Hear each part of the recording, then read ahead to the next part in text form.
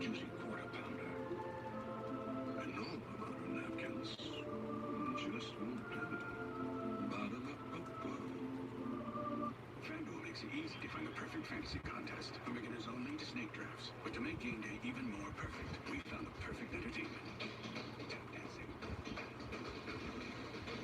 Now, FanDuel, play free all season.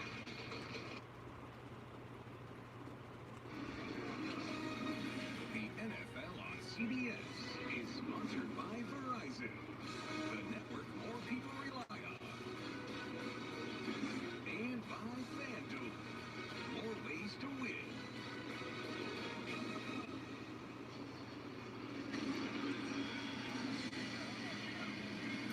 Back here at M&T Bank Stadium in Baltimore, the Ravens took control of this game fairly early, although there was an opening for Cleveland late in that second quarter. Miscue, got Beckham Jr. a drop, missed field goal, Ravens come down the field, scored, and basically put this one away at that point.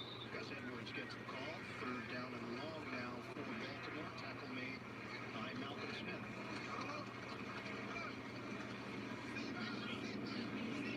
Over Baker Mayfield, 21 of 39, 189 yards, a touchdown, an interception. 10 pounds lighter than he was at this point last year. Said that he found a home in Austin. Got a trainer, got a nutritionist, cut down on the Mexican food. It's hard to do, man. I'm not there yet. I'm not. Most don't have a trainer. RG3, throw to Willie Snead. For Odell Beckham, the one thing that he kept going back to in our conversation with him yesterday is his will to win, that it's all about winning. So whatever you see on the sideline, whenever you see reactions, he believes that's all based on his need to win. And I think the frustration levels that have now transferred over year to year, that he's not playing on a winning team. So he's viewed differently. It's eating away at him. And that's hard for him coming out of LSU, where they won a significant amount of time. Went to the playoffs with the Giants, get back to do as the head coach. But the big thing for him, I would tell him if he wanted to listen to me, have locations with this offense, have locations with this Browns team. I think this offense is built to where they're working big plays for him as the season develops. Just got to give it a little bit of time for them to get sick. 13 straight regular season victories for the Baltimore Ravens. Strong performance on NFL kickoff weekend as they dominate the Browns 38-6. On Kevin Stefanski in his head coaching debut. Maybe better days than this one, but you got to get number one out of the way. And it's back to the drawing board for a Thursday night matchup with the Cincinnati Bengals. 25th season since relocating to Baltimore. The Ravens coming off the best record in franchise history, the number one seed in the AFC last year that ended in disappointment. And a surprising loss to the Tennessee Titans, trying to put all that to the side. And they start off 2020 with a big performance here against the Browns. And we talk about so much uncertainty going into this NFL season, and rightly so. How are people going to respond? No preseason, no offseason, et cetera, et cetera. The Ravens, you made the point earlier on it, no matter what it is, they come out ready to go on opening day. Ravens won it. Coming up next, the State Farm postgame show. For Charles Davis, Evan Washburn, and the rest of our CBS crew, Ian Eagle saying so long from Baltimore. Let's go to James Brown in New York.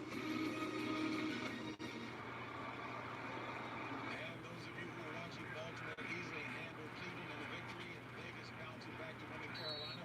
We take you now to the contest. Jets at Buffalo, 27-10 Buffalo there. Let's join the announcers, Andrew Catalan and James Lofton. Are going to run. Talk about in the open trying to contain him in the pocket. They weren't able to do that. He was successful running the football. 1:14 to go here in Buffalo. It's been all news today as Sam Darnold fires that one into his tight end, Chris Herndon. was shaken up in the first half. If you're just joining us, Josh Allen, the Bills quarterback, has a career-high 312 yards passing today. He has 2 touchdown passes along with 1 rushing touchdown. He did fumble the football twice. Here's a look at our game summary. 95 penalty yards for the Jets. And Le'Veon Bell has not played most of this second half because of a hamstring injury. You know, in a league where 400-yard games for quarterbacks are kind of commonplace, a little surprised to find out that Josh Allen at 312 is his all-time high. And the first time the Bills have had a 300-yard passer since Christmas Eve 2016, when Tyrod Taylor, who's now a member of the Chargers, threw for over 300 yards against Miami. Stephon Diggs, an impressive debut for Buffalo. 8 catches, 86 yards. Allen has connected with 8 different receivers.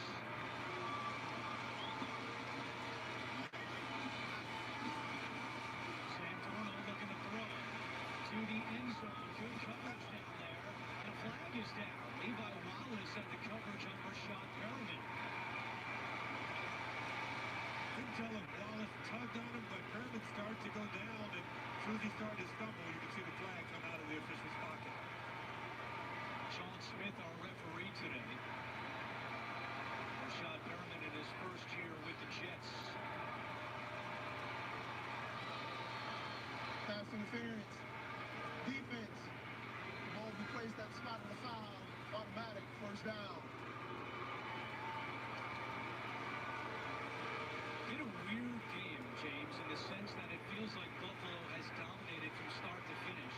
But they've had a few turnovers, they had 2 missed field goals, and for whatever reason, the Jets have just been able to linger here, and now they're knocking on the door again. You're right. They've had 4 chances for scoring opportunities, and they come away with a minimum of 12 points. Darnold play fake, rolling right, pump fakes, now fires, and it is incomplete. Darnold was trying to connect with the former Bill, Chris Hogan, who has now played or been a part of every organization in the AFC East. You know, he got to start here. He went to New England, and when he went to New England, he really jumped out at people. He was one of their deep play threats for 2 seasons in a row. Had a little cup of coffee with the Miami Dolphins in preseason. Inside 1 minute to play. Second and goal for the Jets. Hand off to Adams up the middle, stretches, and he's in. Josh Adams with his first touchdown as a Jet. And it's 27-16 with 54 seconds remaining. You know, one of the things, all defenses, they set goals at the beginning of the season. So the Bills probably set a goal for how many points they want to allow, touchdowns, rushing, all those types of things. And then you get these fourth quarter scores that just really burn starters. Adams elevated off the practice squad yesterday. Played in 3 games for the Jets last season. And now here's Sam Ficken for the extra point.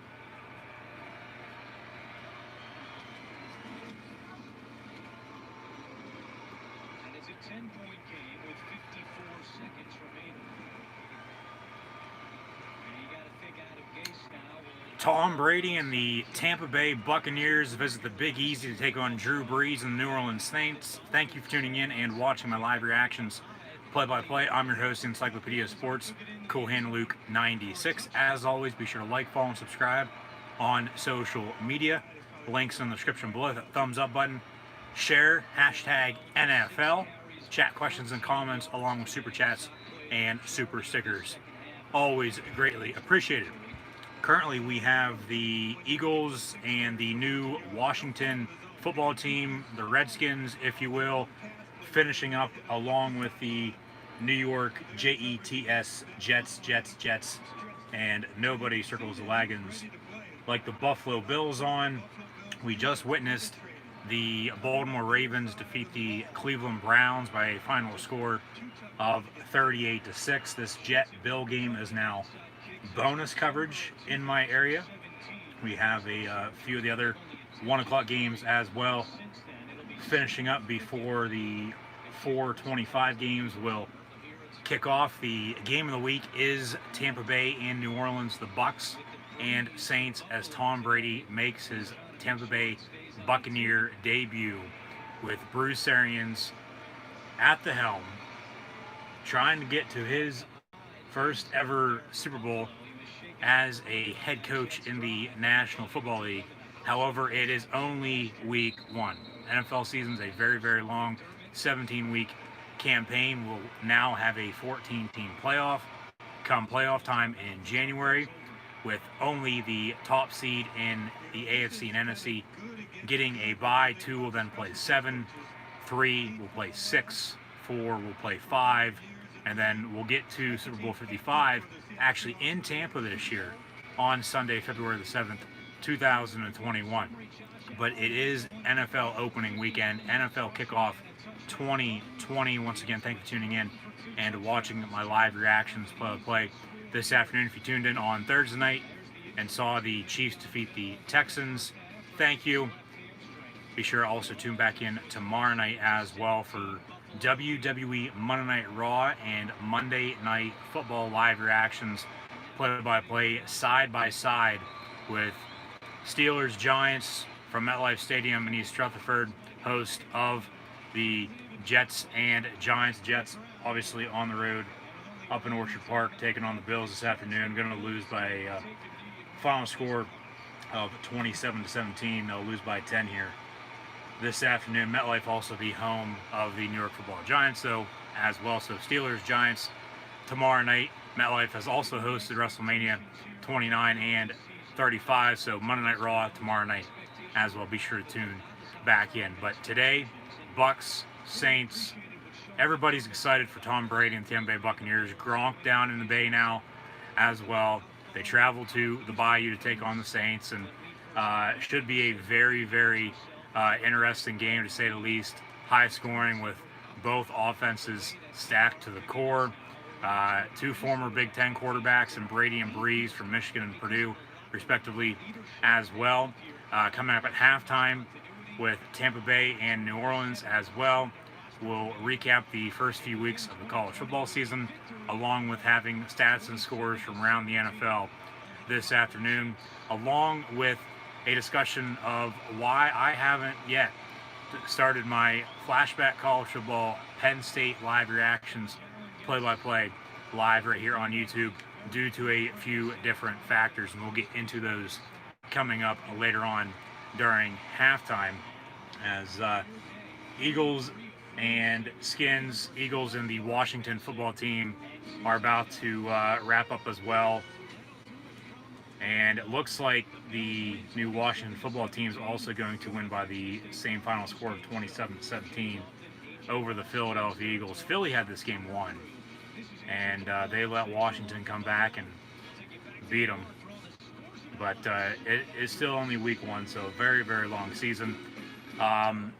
With the 2 games that were on at 1 o'clock in my area, with sitting back and watching those for the most part, I figured out a few different things that I could potentially see happening as the season progresses, if both Philly and Cleveland continue to lose, or if both Carson Wentz and Baker Mayfield do not play well.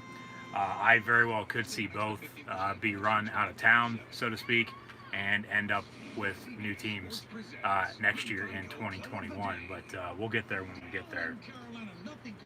A highlight now with the new Las Vegas Raiders, as they were on the road in Charlotte taking on the Carolina Panthers.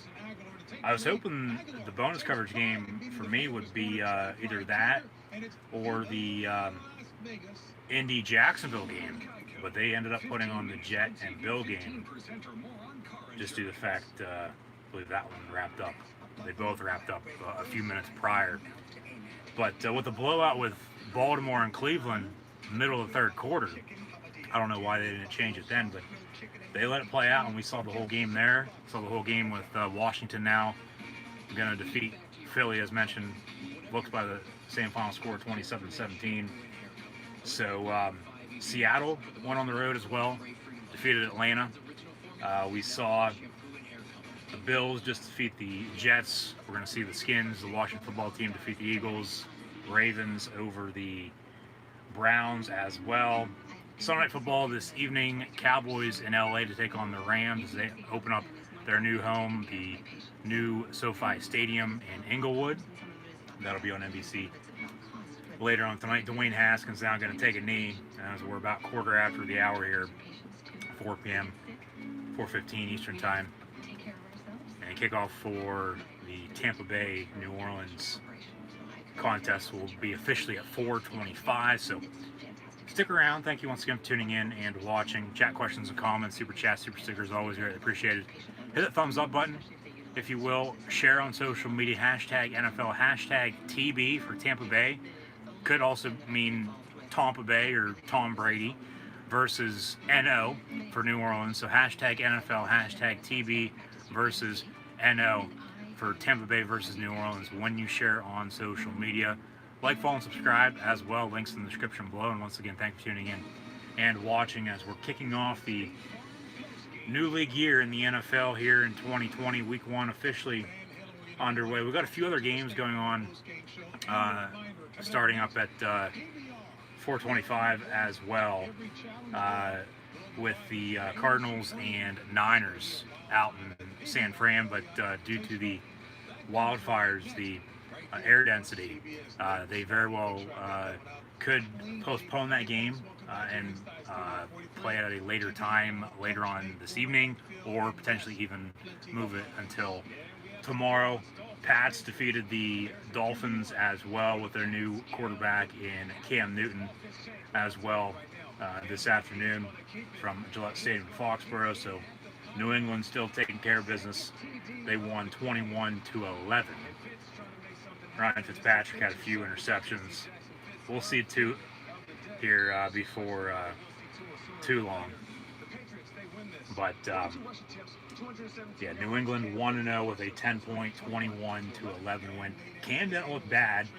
Had 2 rushing touchdowns, about 250 total yards, and New England didn't look bad with a new QB in Cam Newton rather than Tom Brady for the first time in 2 decades. Now some bonus coverage on Fox as the Skins, the new Washington football team, do in fact defeat the Philadelphia Eagles by 10, 27-17. We got the Chicago Bears on the road in Motown taking on the Detroit Lions, and the Bears are up by 4, 27-23 with under a minute to play. Stafford with an incomplete pass near side in the end zone. Lions just signed Adrian Peterson as he was let go by Washington. So Peterson, along with DeAndre Swift, the rookie running back out of Georgia, looking pretty damn good this afternoon as well for Detroit. And now it seems like they finally have some good running backs where they can run the football with Matthew Stafford at the helm still at quarterback and run the ball, open up that play action, and only if they still have Megatron, they could be potentially doing something in the NFC North. Green Bay went on the road to Minnesota. They were up 10 last I checked. Jacksonville with the win, surprisingly, over the visiting Indianapolis Colts. Phillip Rivers almost 400 yards passing, but also had 2 interceptions. Very weird seeing him in a Indianapolis Colt uni as he's played for the Chargers his whole entire career. Seahawks with the win, as mentioned, on the road against the Falcons. Did see Todd Gurley scored a rushing touchdown in that, so good for him as his career's been on a downhill. And now the Bears 27-23 winners over the hosting Detroit Lions. Gurley's career has been on that downhill spiral. But we're going to put on Fox now with some more highlights continuing on CBS for these opening games at 1 o'clock. But the Bucs-Saints game about to begin on Fox. We'll have Joe Buck, Troy Aikman on the call with Aaron Andrews.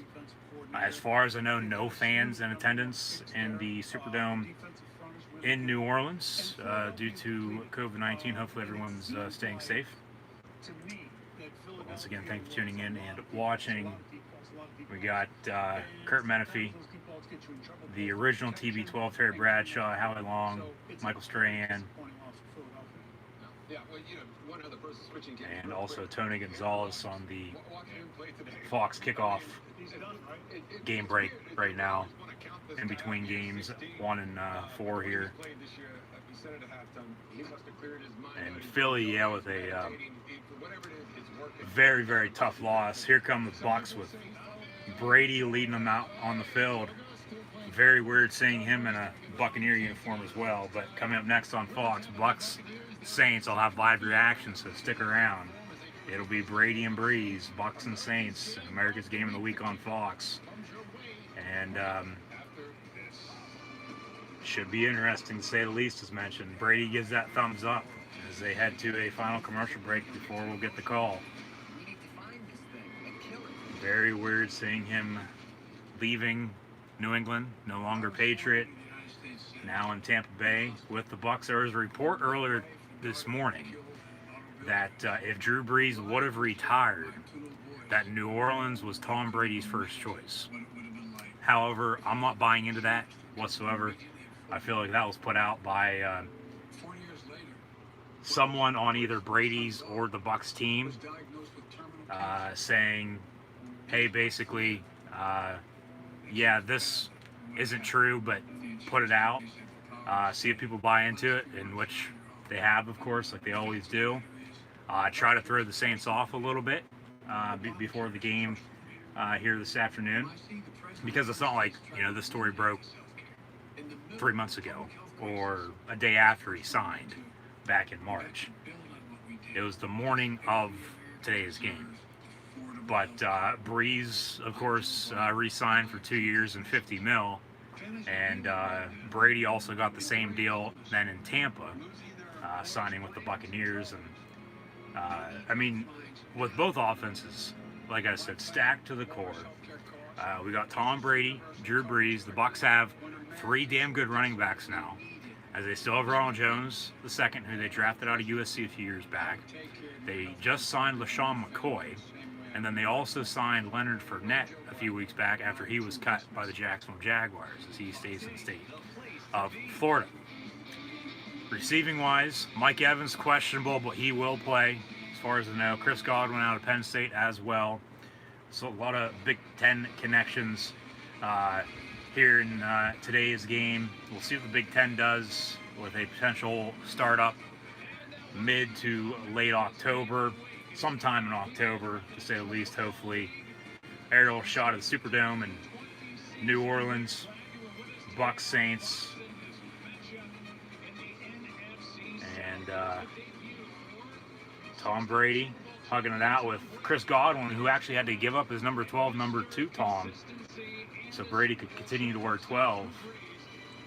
There's Buck and Aikman, 6 feet apart in the booth. And no fans in the stands, only central personnel for both teams. So you got Joe Buck, Troy Aikman, Aaron Andrews on the call. Chris Myers maybe as well, with NASCAR on NBC now. NASCAR on Fox first half of the season, NASCAR on NBC the second half. As they were in Richmond last night, Brad Keselowski with the win. But Brady, Jones, McCoy, Fournette, I mean, if they can run the ball with that 3-headed backfield, I mean, that's going to be enough to win if they also play good defense. Brady's not going to have to air it out, for 300 yards. But when you also have Mike Evans and Chris Godwin, along with trading for Rob Gronkowski from New England, coming out of retirement after Brady signed in Tampa Bay, I mean, hell, come on, give me a break. But they're going to be so hard to stop. So we think on paper, because they haven't played yet. It's only week 1. We don't know how both these teams are going to look. I mean, New Orleans, they're basically what they were last year, losing then in the playoffs, wild card round to the Vikings at home. So Yeah, Fournette in Tampa now. Kamara just re-signed with New Orleans after some. Okay, Mike Evans will play with a hamstring injury. But yeah, Kamara just re-signed. They extended him after some trade discussions. But Tampa also still has O.J. Howard and Cameron Brate as well at the tight end position. Like, come on. Kickoff, left to right, New Orleans, touchback, and it'll be Saints football, 1st and 10 at the 25-yard line. Left to right across your television screen and radio audio dials. We're underway here this afternoon with the Bucs and Saints. Yeah, New Orleans basically what they were last year. They're the same team. And they lost a few pieces, but not much. Drew Brees, you got Kamara. They got Latavius Murray, Michael Thomas at wideout, and Josh Hill at tight end. So, going to be a shootout with two of the top quarterbacks of all time, Drew Brees and Tom Brady. Saints in all black uniforms, as Taysom Hill's also in motion. Pass near side to him. He's going to pick the first down. That goes for 14. Brees already 1 for 1 for 14 yards passing, complete to number 7, Taysom Hill out of BYU. BYU last Monday night kicked the living shit out of Navy on Labor Day. BYU's game versus Army now next weekend postponed due to COVID. Latavius Murray now in the backfield, number 28. He's standing back with the 32-yard line. 1st and 10 officially from the 39. Handoff to Murray, former Raider and Viking. Picks up about 4 yards, 2nd down to come, as we're underway now here in the opening quarter. Bucs on the road, taking on the New Orleans Saints. It's Tom Brady and Drew Brees once again. So thank you for tuning in and watching my live reactions, play-by-play. There's Sean Payton looking at his play sheet. 2nd and 6 officially. Empty set, 5 wide. Left to right once again for the Saints. Tampa Bay kicked off. Kamara in motion. Pump fake to him, and then Brees dishes it off on the screen, far side. He's going to lose about the 3-4 yards that Murray just picked up on the previous run. So 3rd down and long, about the original line of scrimmage, 3rd and we'll say 9. Well, I would agree in that I think this front 7 for Tampa Bay defensively is as good as anyone's in football. The secondary, a young group last year, and they got better and better as the season went along. Out of the gun. 3rd and 8 officially from the 41. Trips near side. Brees. Drop him back. Complete. And Jared Cook, one of the other tight ends New Orleans has, complete for about 4 yards, but short of the line to gain. 4th down, and New Orleans on to punt. We're now going to get to see Tom Brady and the Tampa Bay Buccaneers here early on. Actually, New Orleans is going to go for it. Saints are going to go for it on 4th down, and no. Okay, they bring the punt unit out. That was a late decision with the play clock winding down. Officially 4th and 3. Taysom Hill at the up back position, though. Watch out for a fake.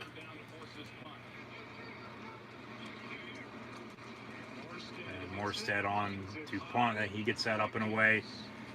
Fair catch signal for at the 15-yard line. And with 12:20 to play in the opening quarter, here comes Tom Brady and the Tampa Bay Buccaneers. Ronald Jones going to be in the ball game at tailback to begin. Gronk out there as well, number 87. Mike Evans and Chris Godwin as well.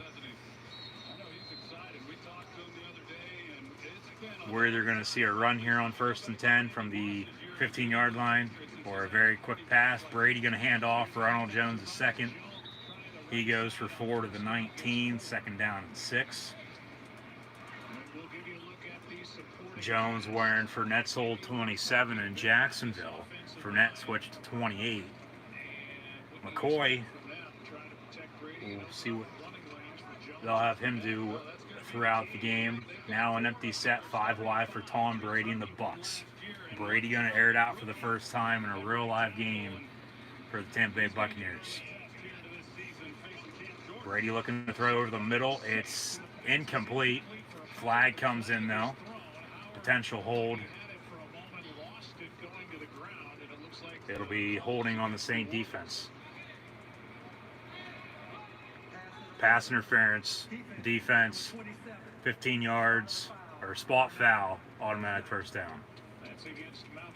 Very weird not hearing any fan noise, no crowd noise with an empty stadium.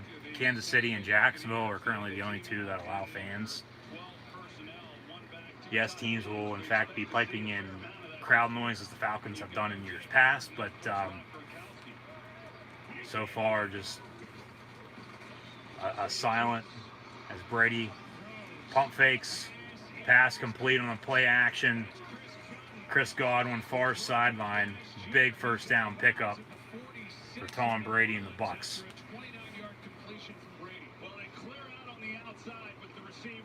Just very weird not hearing what we normally hear or see during a football game, but due to everything that's going on in 2020, here we are. It is what it is.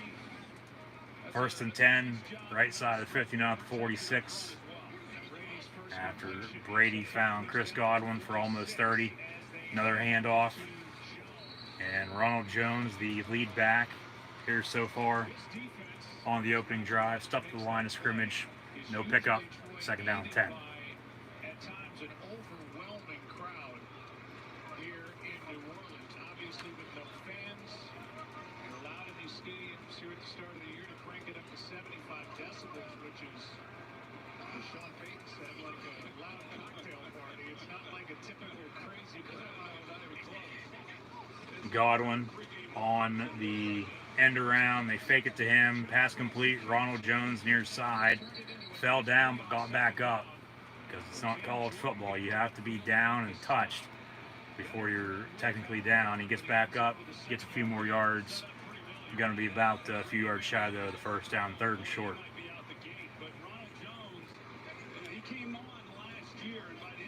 Third and 2 officially. McCoy wearing 25. He's dressed on the sideline. Hopefully we'll see him here at some point.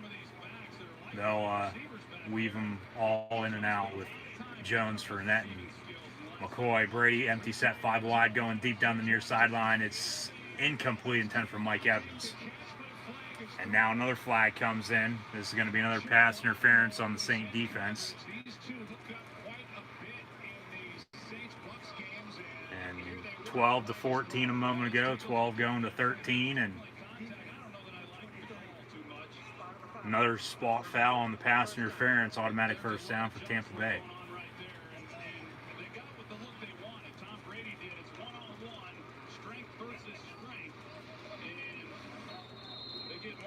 10:03 to play here in the first. Tie ball game, first and 10 Bucks. Ball at the 16-yard line, out of the eye. Man in motion now near side. Handoff. And that's Ronald Jones, the second, once again out of USC. Picks up 3. Second down. 49ers, Cardinals underway, so they are in fact playing out at Levi Stadium. 49ers with an early 3-0 lead over Kyler Murray and the Cardinals.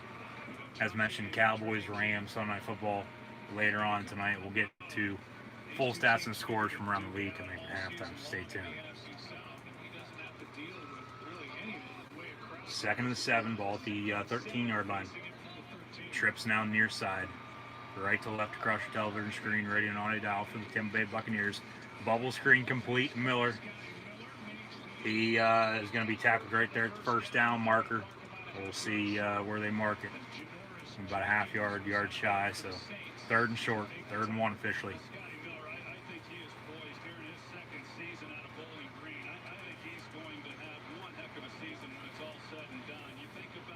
Scotty Miller out of Bowling Green in his second year. Reminds me, just by looking at him, the type of receiver he is. Wes Welker, Brandon Stokely type of wideout. Brady going to hand off on 3rd and short, first down and goal now at the 4-yard line for the Bucks. So pushing and shoving now back and forth with the O and D lines, but first and goal by Tampa Bay. A year ago, second year as the head man for the Bucs. Bruce Arians, 67 years old, a cancer survivor. They zoom in on Bruce. Though he doesn't want to wear them inside wraparound sunglasses for as much protection as he can get. Out of the gun. Brady going to hand off again. Establish that run game and get an early lead on the road. Throw it when you have to. They have. They've got a few penalties with help with the Zebras on the 2 spot foul pass interferences, but second and goal, 7:45 here in the first. And it's been Ronald Jones running the ball. So we have yet to see Fournette or McCoy. Brady now under center, look for a play action. No, he's going to quarterback sneak it from 2 yards out, and Brady gets in the end zone. Touchdown, Tampa Bay Buccaneers. And Brady, on his first drive as a Buck, scores a 2-yard rushing touchdown to put Tampa Bay up 6-0 pending the extra point.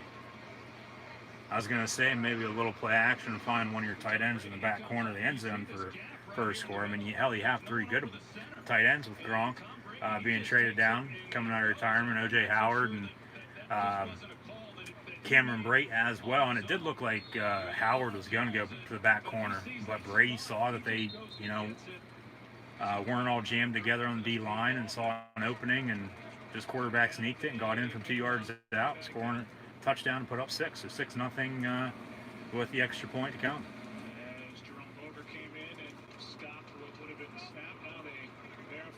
Still very, very weird seeing Tom Brady in a Buccaneer uniform. No doubt about it. The active roster is on to try to make the extra point and solidify the kicking game for the Buccaneers, which has been a problem for a long time. Extra point up and good, right down Broadway. 7-0 Tampa Bay Buccaneers with Tom Brady scoring a rushing touchdown on his first drive with his new team. 7-0. 7:27 to play in the opening quarter as New Orleans had to punt on their opening drive. They'll get the ball when we return. So once again, thank you for tuning in and watching. But then Bucs from the 15-yard line drove 85 yards and scored 6. So enough said. I mean, they ran the ball pretty damn well there with Ronald Jones as your lead back on that drive. Brady on a big 30-yard completion to Chris Godwin down the far sideline. Didn't really get the tight ends involved. I mean, he did on the second play of the ball game, but it was incomplete. But then that was the first of the 2 pass interference calls on the Saints defense, and obviously that helped them out a little bit to keep the drive going. Unless they would have been stalled as well, I would think. And we still have a tie ball game right now after the Buccaneer punt, but obviously the drive continued on, and Brady with the rushing touchdown to put up 6. So 7-0 Buccaneers with 7.5 to play in the opening quarter. And coming up at halftime, as mentioned, stats and scores from around the NFL, along with taking a look back at the first few weeks of college football as well, along with a discussion of why I have yet to begin my flashback college football Penn State live reactions. There is a few different factors that have led into that with everything that's been going on the past few weeks with college football, the NFL, and pro wrestling. So stick around and we'll dive into that coming up at halftime as Tampa Bay leads New Orleans 7-0. Been a for the weekend as a whole, with Kansas City defeating Houston on Thursday night. Felt like football, yeah, but even college yesterday, it did to an extent, but with not everyone playing as of yet, it, to me at least, everybody has their own opinion, it doesn't seem like the fall for football season just yet, but we still got a few more weeks before everybody kicks off. And then today so far has been all right. It's been interesting. I mean, like I said, the Ravens blew out Cleveland at home, and then Washington coming from behind, also at home defeating the Eagles. A few bonus coverage games, and kick off with Tampa Bay and New Orleans now, and the Saints after a punt getting the ball back as Tampa Bay just scored to go up 7-0 here early on. So another touchback in the end zone, 1st and 10, Saints at the 25-yard line. And thank you once again for tuning in and watching. I'm your host, Encyclopedia of Sports, Coolhan Luke 96. Be sure to like, follow, and subscribe on social media. Links in the description below. Hit the thumbs up button. Share hashtag NFL, hashtag TB versus NO for Tampa Bay versus New Orleans. Chat questions and comments, along with super chats and super stickers. Always greatly appreciated. 1st and 10 from the 25. Breeze going to be under center. Alvin Kamara in the backfield, man in motion near.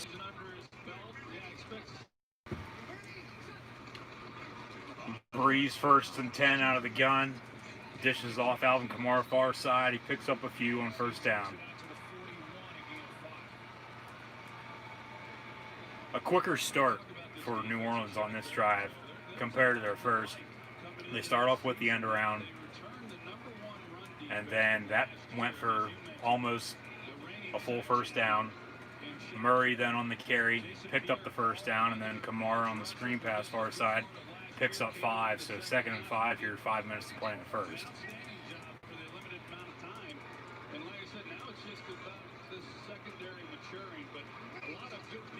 Breeze going to hand off again. And Latavius Murray for a 1-yard, 3rd down.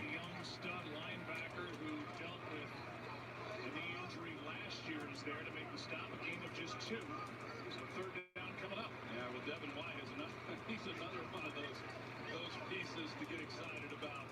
You know, his year last year as a rookie got off to a slow start, but man, he should have finished awfully strong. A real playmaker. If he plays this Empty set, 5 wide, 3rd down, and a long 3. Breeze looking to throw, near side, almost picked, and going to go for no gain.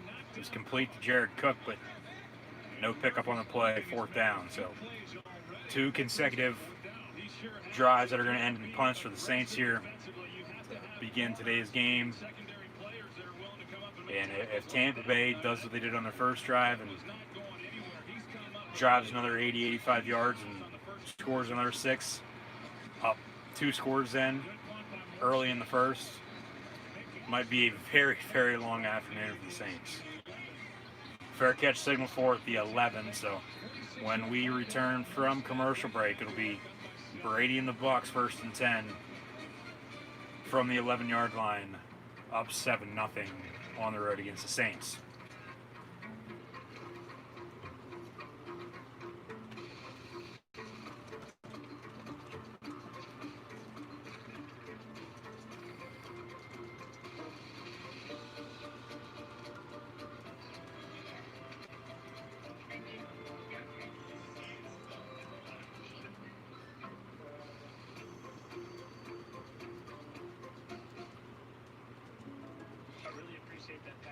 On my insurance, Jay from State Farm. Hey, here's the deal, Patrick. State Farm offers everyone surprisingly great rates. Remember to pay the favor with some field passes. Come on. When you want the real deal, like a good neighbor, State Farm is there. We give game day a whole new meaning.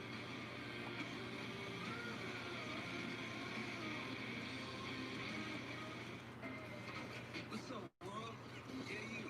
I'm Chef Scott. This is what McDonald's are. Follow me. Here's my quarter pounder. Lettuce, pickles, onions, ketchup, mustard, and bacon. Here's my fries. Sometimes I do this. Then I dip them into barbecue sauce. Oh, yeah, and my Sprite.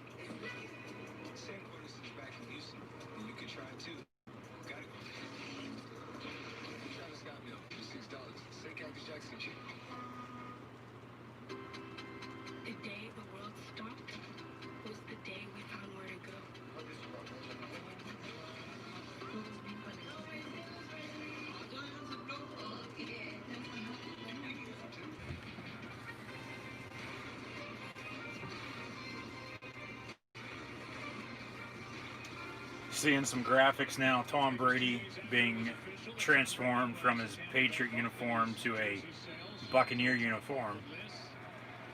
Bucks and road whites, trips top of your screen. Officially 1st and 10 from the 12-yard line. Brady under center, gonna hand off again. And Ronald Jones gonna pick up about 2 yards there. 2nd down and 8. Just so weird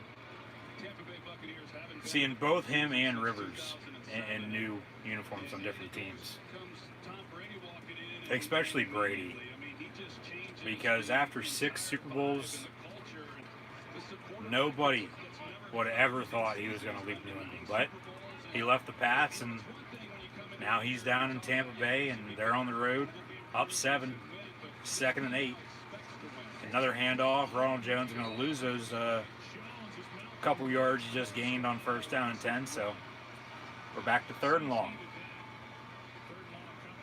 3rd and 9 officially, after only losing about a yard or so on that carry.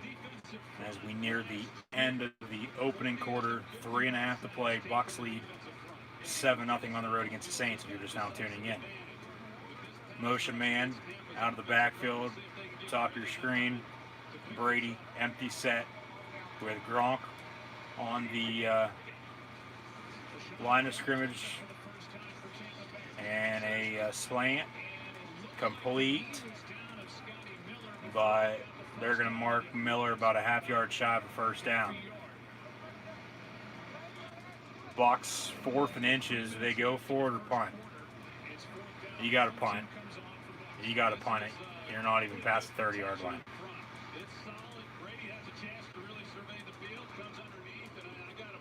You got to punt, play field possession, make New Orleans drive rather than giving them a short field.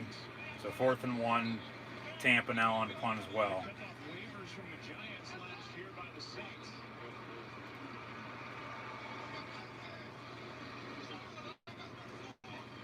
Now being mic'd up with no crowd. And we sort of heard of a little bit of what the players were saying during the XFL. So I don't know if the NFL's gone that route by any means or not. I wouldn't think so, just with everything going on, but then hell, you never know, because everybody's not at the game anymore. Everybody's at home watching. And to try to keep it as normal as possible, your typical game day experience, maybe there is a few more players mic'd up than usual. I don't know. It's only week 1. We'll have to find out over the course of the year. But yeah, with no crowd, you can by far hear these players 10 times louder than what you normally could. But even like I said, with the crowd noise being piped in at 70, 75 decibels, it doesn't even seem like that's, happening in New Orleans at the Superdome today. A few of the other games, yeah, you could tell, but and that's what it's been for, all the virtual experiences for the NBA bubble, the NHL bubble, WWE's new Thunderdome, all the sports that don't have fans back yet, and probably won't for a while. But both teams here, that was a quick 3 and out by Tampa Bay on their 2nd drive, but both teams here early on with a slow start. I mean, Tampa's first drive was a few minutes long, and they scored 7 on that 85-yard drive. But New Orleans has to get something going. I mean,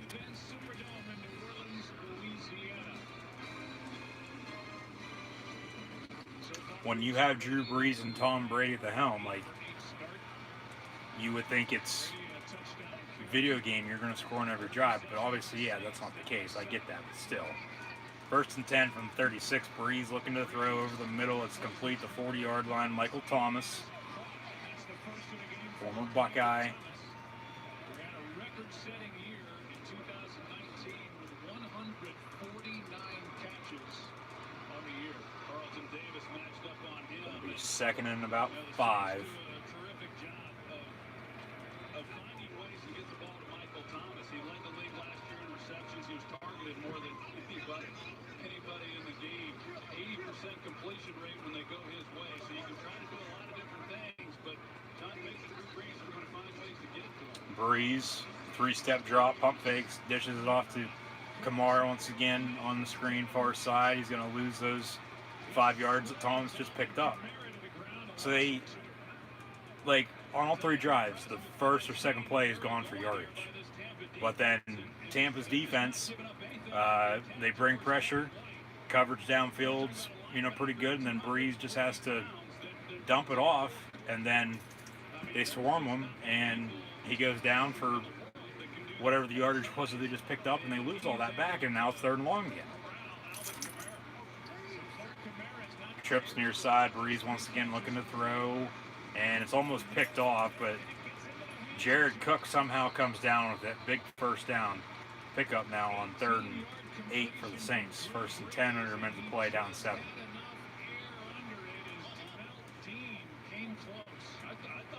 I thought that was picked off. He actually deflected it a little bit as well, but Cook somehow still came down with it. 1st and 10 at the 44.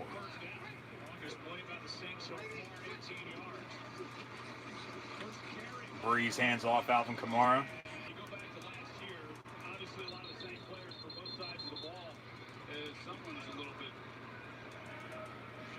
On injury on the field, a Tampa Bay defender down injured. Let's see exactly who that is that's on the ground. That is Raheem Nunez-Roches. So they check on him, and we'll be right back. And they're going to go to commercial break during the injury. Split screen TV timeout with the new referee bathroom commercial as they zoom in on them on the sidelines while the commercial's on. Yes, I did use your shampoo. Protecting every single yard of your home. I did use your shampoo, I'm sorry. Able to walk off under his own power, so good sign there.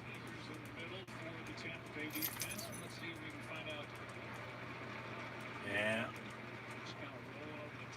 looks like one of his legs. He just got rolled on. Or he points to his midsection. Points to his gut, so it might be a rib. And what I was going to say is last year, the Saints actually ran the ball as well as any team did last year, other than possibly Seattle. 2nd down and 8 after the few-yard run and then the injury, but that'll do it for the opening quarter. End of 1, Tampa 7, New Orleans nothing. A very fast first quarter with New Orleans on their 3rd drive. We've had 2 punts by them, touchdown, and a punt by Tampa, so we'll come back and start the 2nd quarter with Tampa Bay up 7-0 on the Saints. What's left to fry? Fries. Look at them go! Try KFC's crispiest, tastiest secret recipe fries ever fried in my new tenders meal for just $5.49. Now I've fried everything. KFC, we got fries now. Jane is about to buy her first home. And with a verified approval from Rocket Mortgage, she has the strength to compete with cash offers. When you need an edge in the bidding war, Rocket can.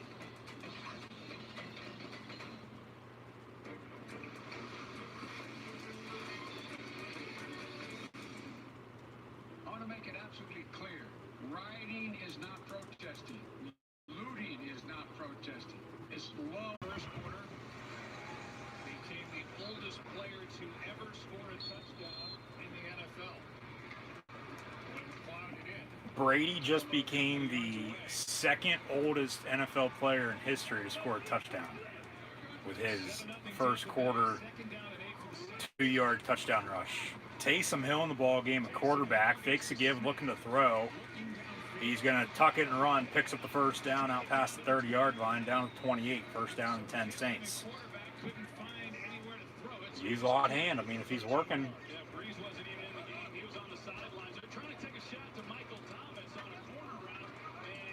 and no one open downfield, so yeah, tucked it and run. This is the ability of Taysom Hill. He's awfully fast, and he's able to turn what for most quarterbacks would have been just second and 10 and make a heck of a play out of it. Breeze now back in the ball game under center. Gonna hand off. Latavius Murray picks up about 7. Down at the 22. Second down and 3. And now a game break. The Chargers on the road against the Joe Burrow-led Bengals, and he tucks it and runs and scores from 23 yards out. The former Heisman Trophy and national champion from LSU. Bengals 7-0 over the Chargers early on. 7-0 here as well with Tampa and New Orleans. Breeze looking to throw. Back corner of the end zone. No one there, almost picked off. Incomplete, third down and 3. Now we got a flag. Or no flags on the play now.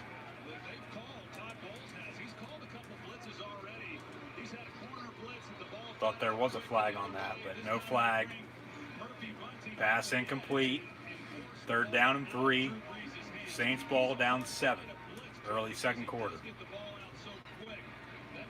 Ball 22.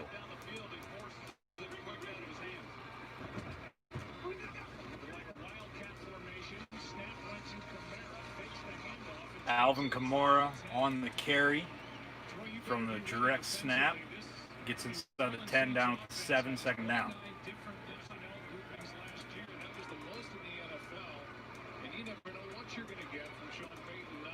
That's exactly what I was going to say, Joe, is you get a lot of different looks from Sean Payton, and you come into this game and you don't have any preseason games to look at. Not that a lot of this they would be showing anyway in the preseason, but you just have to be prepared for it all. They involve Second down and 6. They need the 2-yard line for goal to go. Breeze going to hand off. Loss of about a few yards. Third down and long. just oversteps, and Golston has a straight shot. Really a good job by him. Pete is expecting him to, he's outside shade on Andrus Pete. He's expecting him to continue in that direction. He comes underneath the block and makes a big stop in the backfield. That's a heck of a play. And I know I'm talking with Todd Bowles. He said Golston's the kind of the third down and 10 from the 12. Breeze out of the gun. Screen pass complete. Kamara. He's going to pick up the first down and walk into the end zone. Touchdown Saints, as they're an extra point away from a tie ball game now.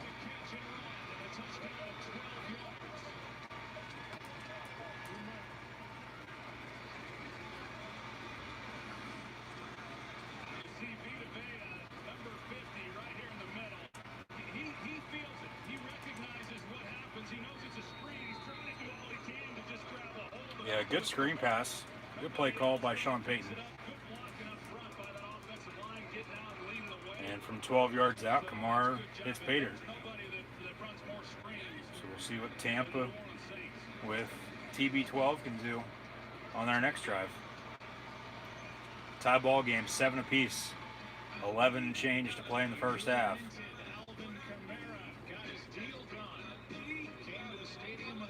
11.5, 7-7 tie ball game.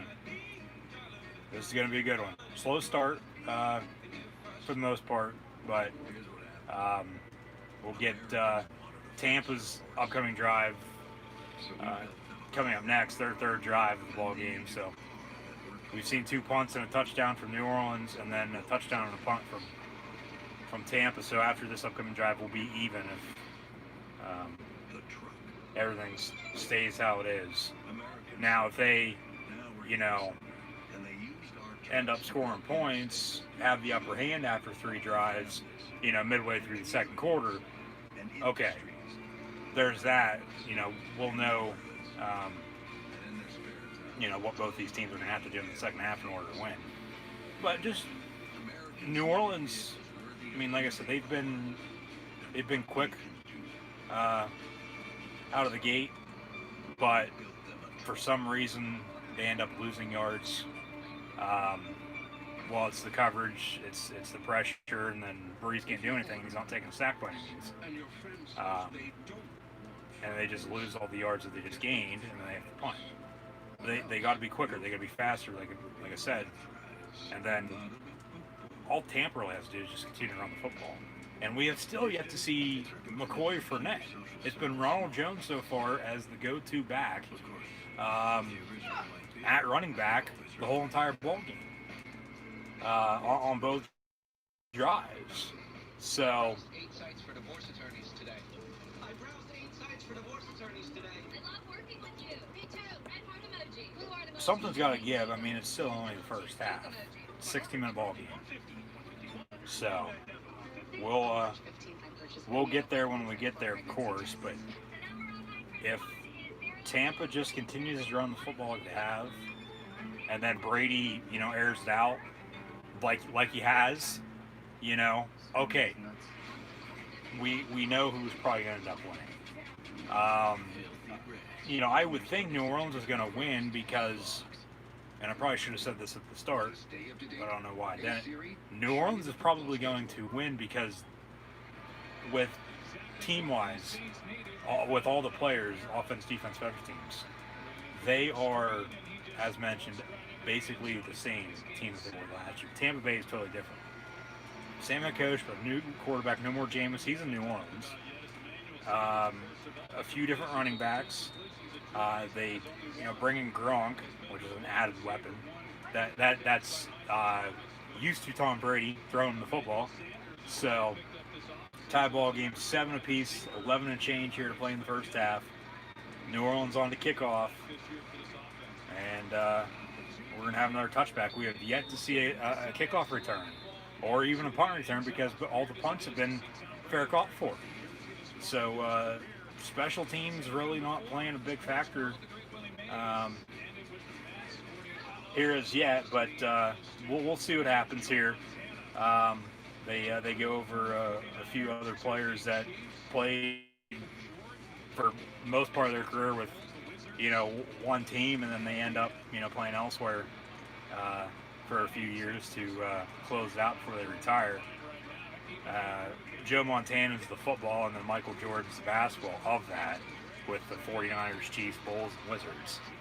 So, and I've discussed this a few times over the past few months after Brady did, in fact, sign with the Bucs back in March. But we'll see what happens here. And Tampa Bay with a second down and 8 now. Tie ball game, 7 apiece.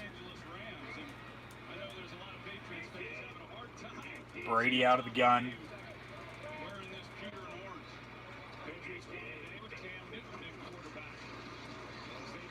Over the middle, it's going to be picked off at midfield. There's Tom Brady's first mistake as a Buck. He throws an interception.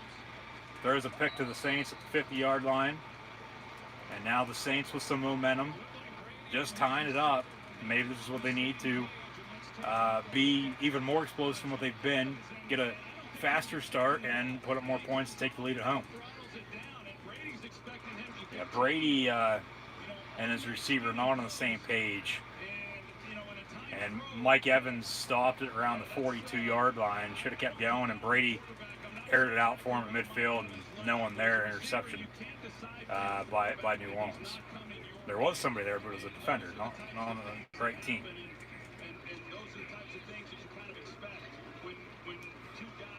So first down and 10 for the Saints now after the turnover. Did he get hit? And no. No, his hand didn't even get touched, Joe Buck. Barely, if that. And that wouldn't have affected the throw because it was a normal throw down the middle, and Mike Evans just quit running. But he is hurt. He's banged up. He was questionable with the hamstring injury, but targeted a few times here early on, but no catches for him as of yet. Kamara on the toss near side, loses about 4 yards. So Tampa's defense to this point, with the pressure and good coverage downfield, not allowing Breeze to air it out as much as what he would like. So 2nd and 13 from the 39-yard line from New Orleans Saints. 3 wide. Breeze now near side, incomplete. 10 for Michael Thomas. 3rd down. 10-10 to play here in the first half. We don't know what we're not good at. We're going to find out a lot here. And I'll tell you what, these young Bucs players are now seeing what Tom Brady's all about because they heard about it after that interception. Yeah, and you know what, Aaron, to follow up on that, you get into the heat of a game and you see how players react. Those relationships are still being forged. And, you know, there's a lot of good players. And yet, Tom has to, he has to be able to trust the guys around him. And that's going to go in the Breeze out of the gun. Deep down the middle has a man. That's almost intercepted. Flag comes in. That's going to be pass interference on the Bucs defense. So a few pass interference calls here early on in the first half. That should be a spot foul as well. Automatic first down. Into triple coverage. Flag sort of came in a little late. I don't know how that's pass interference on 23, maybe 33. Because 23 almost came down with a pick. He didn't enter the picture until a second late. Yeah, there's no pass interference on that. It's on 33, not 23, if anything. Yeah. 1st and goal, spot foul now after the PI. 33-yard penalty against, assuming they got the number wrong, likely Jordan Whitehead. Really doesn't matter who was on. It's still a penalty, and the Saints still have a 1st and goal at the 6 now.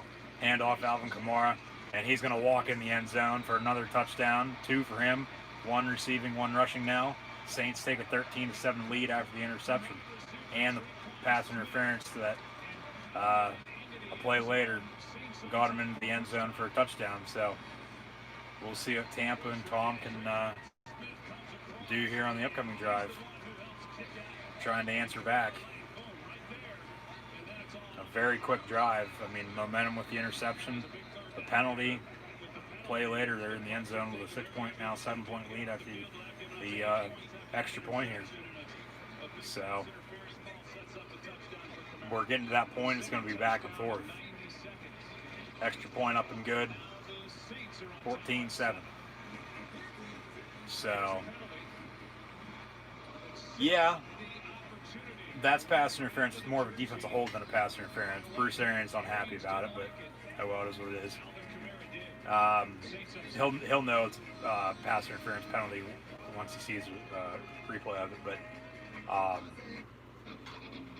yeah, should have been a defensive hold rather than a PI.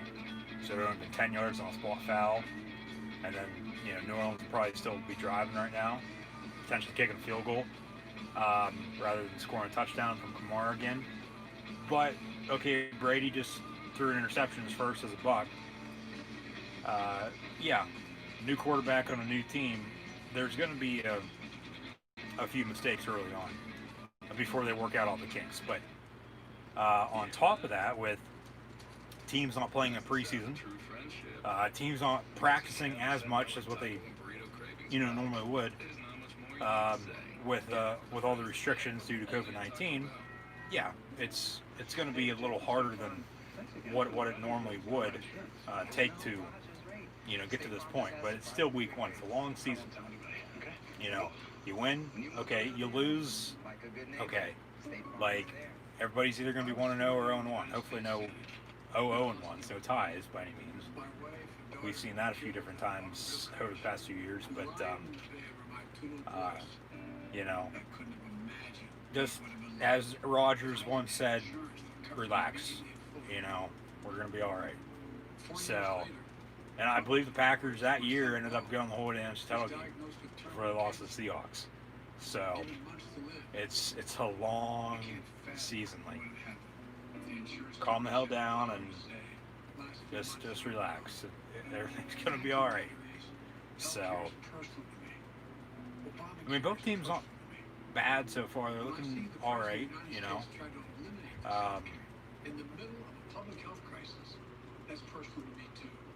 I was a little surprised the Ravens put up 38 earlier. I believe that's the highest scoring of the afternoon so far to date. We'll check here in a second, but oh, that's on NFL Network Thursday.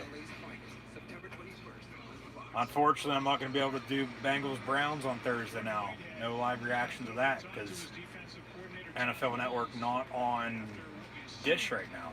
That's been off for the past almost 3 months now. So, unfortunately, all right, whatever. We'll have live reactions tomorrow and then next weekend as well. So, I was hoping to do Thursday night Bengals-Browns, but I can't unless NFL Network comes back before then. Or if I find another way to watch it. Have you ever seen a matchup like this before? So we'll see. Quarterbacks as accomplished as these two is like seeing flight at Kitty Hawk. Or climbers reach the peak of Mount Everest. Okay, that's not noteworthy enough. Or like people walking on the moon for the first time. Whatever you want to compare it to, the combined stats for their 50,000. Both of these quarterbacks have combined over 150,000 passing yards and 1,000 passing touchdowns. Empty set, 5 wide for Brady and the Bucs. Looking to throw, slant complete. Goes for about 6 yards. Second down. Tom Brady and Drew Brees, when it's all said and done, as far as who's going to be the all-time passing leader, who's going to have all the touchdown passes, and it reminds me a lot, Joe, when Emmitt Smith and Barry Sanders were kind of going at it. You're trying to project as to who's going to end up being the all-time leading rusher. Of course, Barry Sanders retired earlier than he needed to, but Second and 4. he's talking about it. He wants to play a few more years, and no one's real sure about what Brees' plans are after this season. Here is a handoff to Joe. And Ronald Jones still at running back. We got some pushing and shoving now after the play. Brees currently first in completions, passing yards, and passing touchdowns. Brady right behind him at second in all 3 categories as well. So currently these are your top 2 quarterbacks for stats in NFL history. 3rd and 1, another handoff, and first down. First down.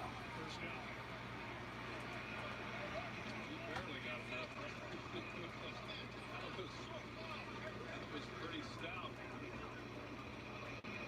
When you talk about this offense, it's kind of how much of it is Bruce Arians' offense, how much is it, Tom Brady bringing what he did in New England. I think it's a little bit of both. And Arians is a guy historically who loves to get the ball down the field. And Brady said, hey, if they're playing shallow, I'll throw deep. If they're deep, I'm going to throw shallow. The game's not that difficult. Just throw where they're not. First and 10 from 35. Brady under center, going to hand off again. Ronald Jones a second. He gets another 3 yards. This is shocking. No McCoy for net as of yet.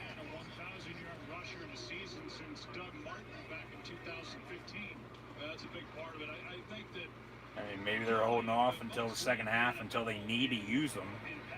You don't want to show too much, especially in your first game, with a new quarterback and a few different players on offense for what you're going to do all season long, and then defenses, are able to see that and get used to it, and you're going to get stopped in all the time. Pass complete near side. Chris Godwin for about 6 yards. About a half yard shy of first down, so 3rd down in inches. Godwin with a few targets and a few catches. Evans with a few targets, no catches. Pass interference was the one, but then the other was interception. No targets for Gronk. No targets to any tight end whatsoever, which is surprising. Gronk to the right at tight end. Lined up on the line of scrimmage. Another handoff, 3rd and 1. They're going to run the football. Ronald Jones in midfield, first down Bucs. Yeah, I agree with you, Joe. I think that, of all the quarterbacks, when I watch Tom Brady, he has such a firm grasp of what it takes to win. Obviously, he's been to the Super Bowl 9 times, 6 six-time world champion. I've watched him play games when they couldn't block anybody in New England, and yet he didn't take a sack the entire game because he gets the ball out. Last year, it's unfair to look at his stats and try to determine how good. First and 10 from midfield, going to fake the give, play action. Gronk on his first Buck catch now. Picks up 2 yards, second down. So they run a tight end screen near side, and Gronk on the reception. Now that he's got that under his belt, okay, we got that out of the way. Let's go play football now. Let's continue to run the ball. They have O.J. Howard and Cameron Brate tight end as well, so once they get everybody involved, including Fournette, who's finally now in the ball game at running back, to the right of Brady out of the gun, you know, they'll be fine.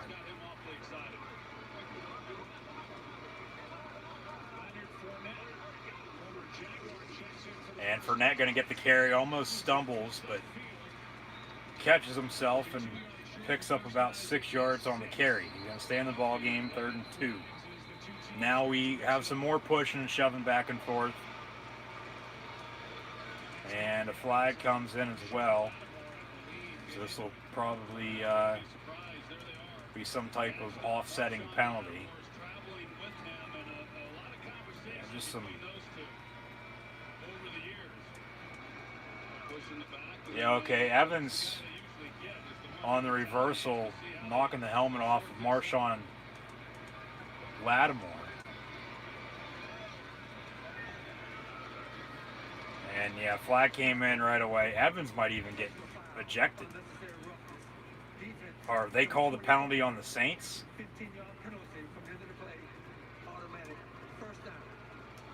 So they get the two-time Pro Bowl. So Marcus Lattimore on the 15-yard personal foul. And it's an automatic first down now instead of 3rd and short for the Bucs. That should have been on Tampa Bay rather than New Orleans, I thought. Because normally they get the last guy to do something, and that was Evans. Yeah, Evans knocked his helmet right off. The ref saw the push though right before that, it looked like. So 15 yards, another penalty on the Saint defense.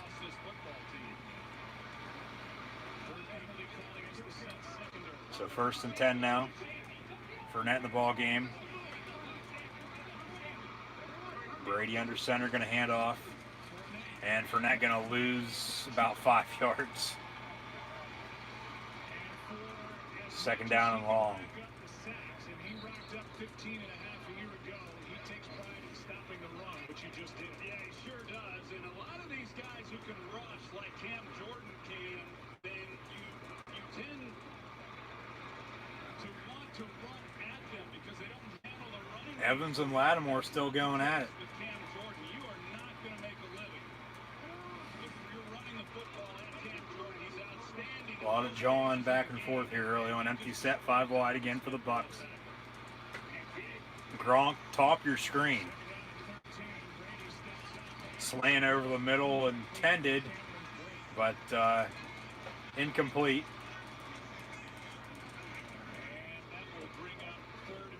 And 3rd and long. And now Michael Cole, of all people, gonna give us this commercial for, or this insert for Friday Night SmackDown inside the new WWE Thunderdome. As we're on the road to Clash of Champions, 2 weeks away from the night. 3rd and 13, I'd expect a run, or okay, they faked the screen. Brady gonna go down the sack now. So there's gonna be another loss of 4 or 5 yards, longer on the field goal coming up. I'm gonna say something just short over the middle, gain some yards, bring the field goal unit out. But now 4th and a mile. We'll see what they do here if they want to pin them deep on the punt rather than attempt the 54, 55-yard field goal from the 35-yard line.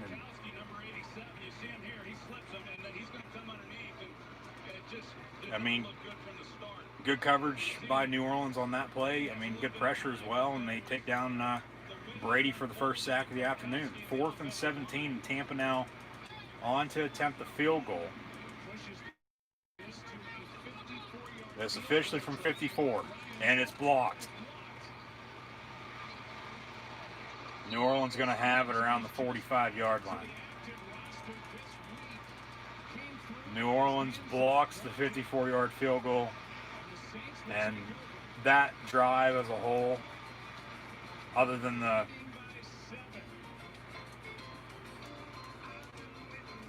not any good blocking up front on that. That drive as a whole, though, for Tampa, other than the 15-yard personal foul, honestly wasn't that good. But the play clock on that field goal, winding down, they rushed the snap. Hold was all right, but then they can't block up front, and the defenders get through and block it. So, especially from 54 out,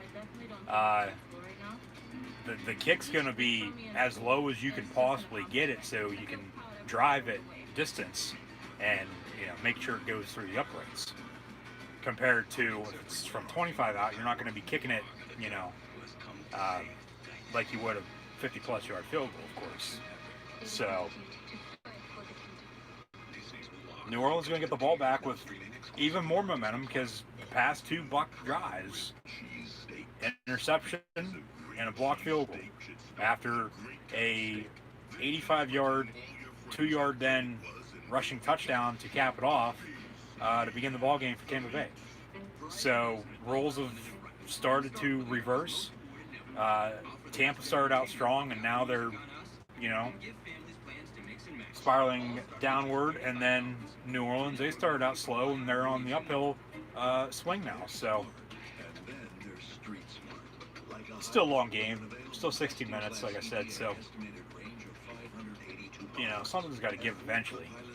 Still only a 7-point lead. It's not like like with Philly and Washington. Philly was up 17-0. They blew a 17-0 lead and lost by 10, 27-17. And it's not over until it's over. It's not over until the triple zeros in the clock. So we'll get there, like I said. And right now, honestly, if we get ourselves a tie ball game, late, whoever has the ball last, or with a few minutes to play,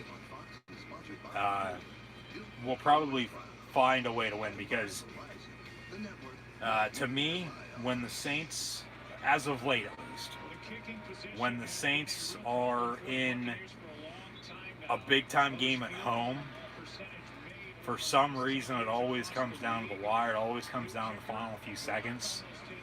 And if it's going to have to come down to special teams with the field goal for Tampa Bay, we just saw what happened there with the missed field goal. Not going to be good for them later on. But still a long ways to go here. 1st and 10 from the 45 after the blocked field goal. Tampa's had 12 kickers since 2009, which is absolutely ridiculous.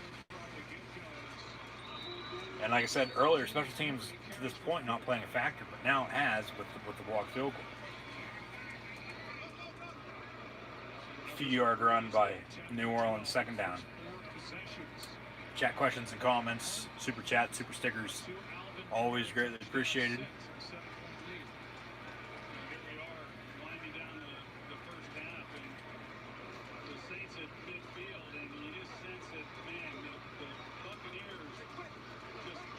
So 2nd down and 6.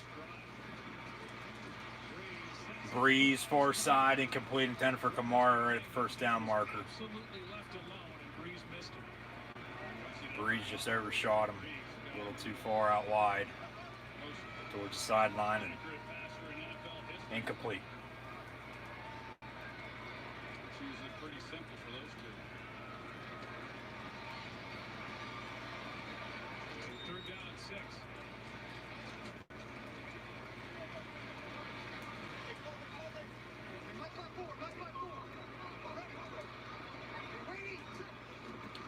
Breeze complete right at the 1st down marker. They're going to mark Michael Thomas a half-yard shy, though it looks like 2 yards shy. Holy hell, he wasn't that far.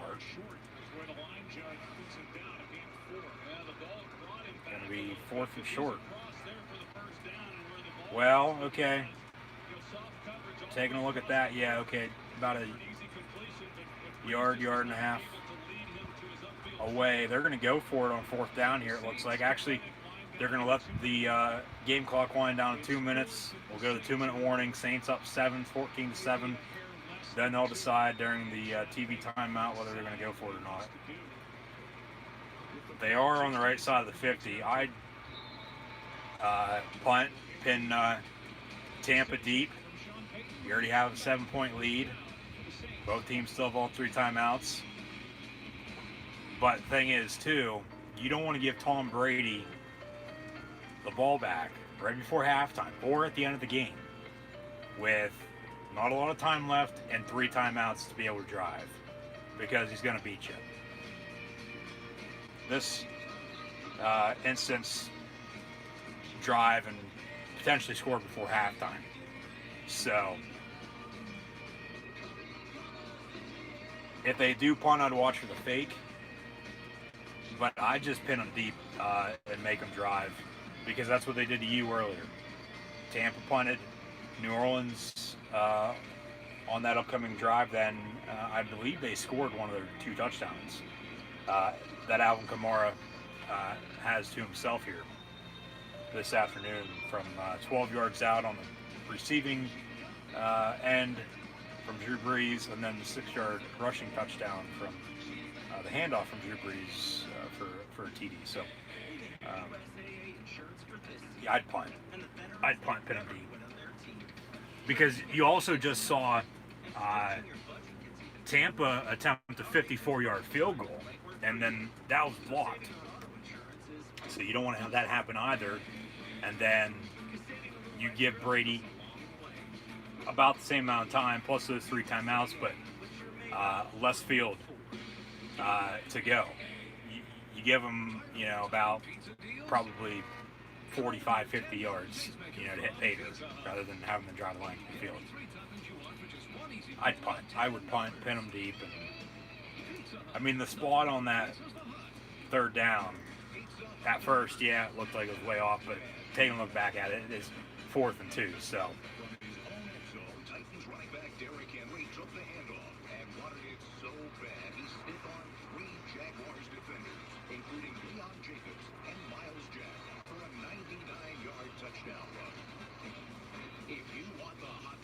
Taste of Pizza Hut delivered this bad. All you have to do is go to pizzahut.com. No one out pizzas the Hut. And the Saint offense still on the field. 4th and 2. They could try to draw them off sides too, yeah. Pick up the 1st down that way, but if they don't draw them off, they'll call one of their 3 timeouts here as the play clock winds down. Man in motion. They draw them off, automatic 1st down. You got to be kidding me. How stupid can you be? Like, seriously. Automatic 1st down unless they say false start on New Orleans. Todd Bowles and Bruce Arians can't be happy about that. Yeah, that's 5-yard offside on Tampa. Now, what are the Saints going to do? They got 2 minutes and 3 timeouts. I'm Sean Payton and Drew Brees. I'm opening up the playbook and trying to score a few more points here. Now, if this comes back to affect Tampa Bay, with the outcome of the game, when it's all said and done, we'll look back to this play and, say, hey, they had a chance to get the ball back, or a chance to stop them on 4th down, but they were drawing all sides, and, that's not technically why they lost, but, it led to that point. So, 1st and 10 now, Saints 42-yard line. Fake the give, screen now, complete. And a big pickup down the near sideline for number 11, Harris. And we'll see where they spot him, but he picked the 1st down for sure. That's a good block, yeah.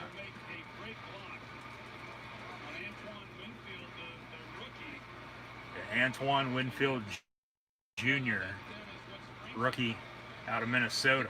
Dad played in the league for quite a while. 1st and 10, Saints up 7, ball to 25-yard line. And now the Saints are going to call one of their 3 timeouts just to make sure they get everything right. as the play clock was winding down. Now we're going to get an update or what is yet to come on the halftime show. We bring the lights up on the Verizon halftime show. We'll catch you up on all the early game highlights, take a look at Joe Burrow's first contest in the NFL, and much more. Yeah, Joe Burrow earlier with that highlight of the Chargers and Bengals. He had a 23-yard rushing touchdown.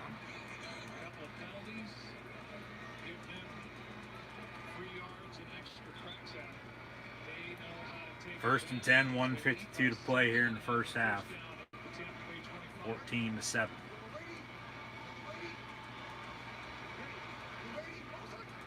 And they draw him off again. Do you not know what a hard count is? Do you know not to jump? Offsides. Neutral zone infraction for the second time in the past few plays. Yank him. Get him the hell out. That was on Ndamukong Suh this time around, but yeah. Breeze with some good hard counts here early on, drawing the Bucs offside. So 1st and 5 now from the 20. Breeze on the slant. It's tipped and incomplete. Hit Jared Cook right in the hands, and the ball is then deflected in the air, almost intercepted, but luckily that fell incomplete for the Saints. Hit him right in the hands and dropped it. And then it bounced another 10 yards downfield and almost picked off. But incomplete, 2nd and 5.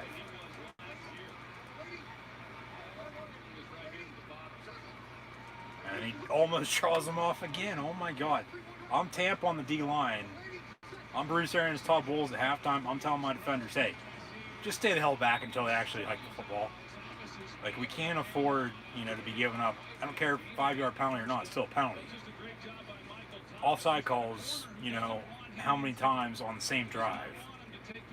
Because then that's just going to continue their drive, give them more momentum, and then they're going to score, and then we're going to be down, and we got to do something on offense. And when we can't get anything going, other than on the first drive, and this is what we saw with Houston on the road Thursday night. They were on their first drive, they went 3 and out, but in their second drive, they scored a rushing touchdown. But in the meantime, the Chiefs, now the Saints at home, gained momentum and just took the lead, and then it was a little too late when Houston ended up scoring a few touchdowns late on Thursday night. So Breeze back at the end zone, incomplete, 2nd down. 1 minute to play on the dot here in the first half. And Brady and the Bucs might not even get the ball back on offense if New Orleans is smart.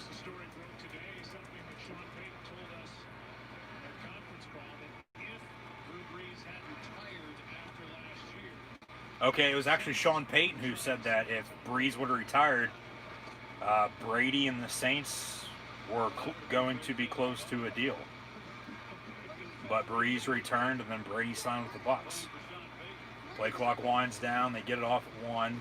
Screen pass. It's deflected, incomplete, 3rd down and 10. Tampa probably now will, in fact, get the ball back if they can hold them to a field goal here. Call one of their 3 timeouts. You'll have 2 left with, once you get the ball back, probably 45 seconds.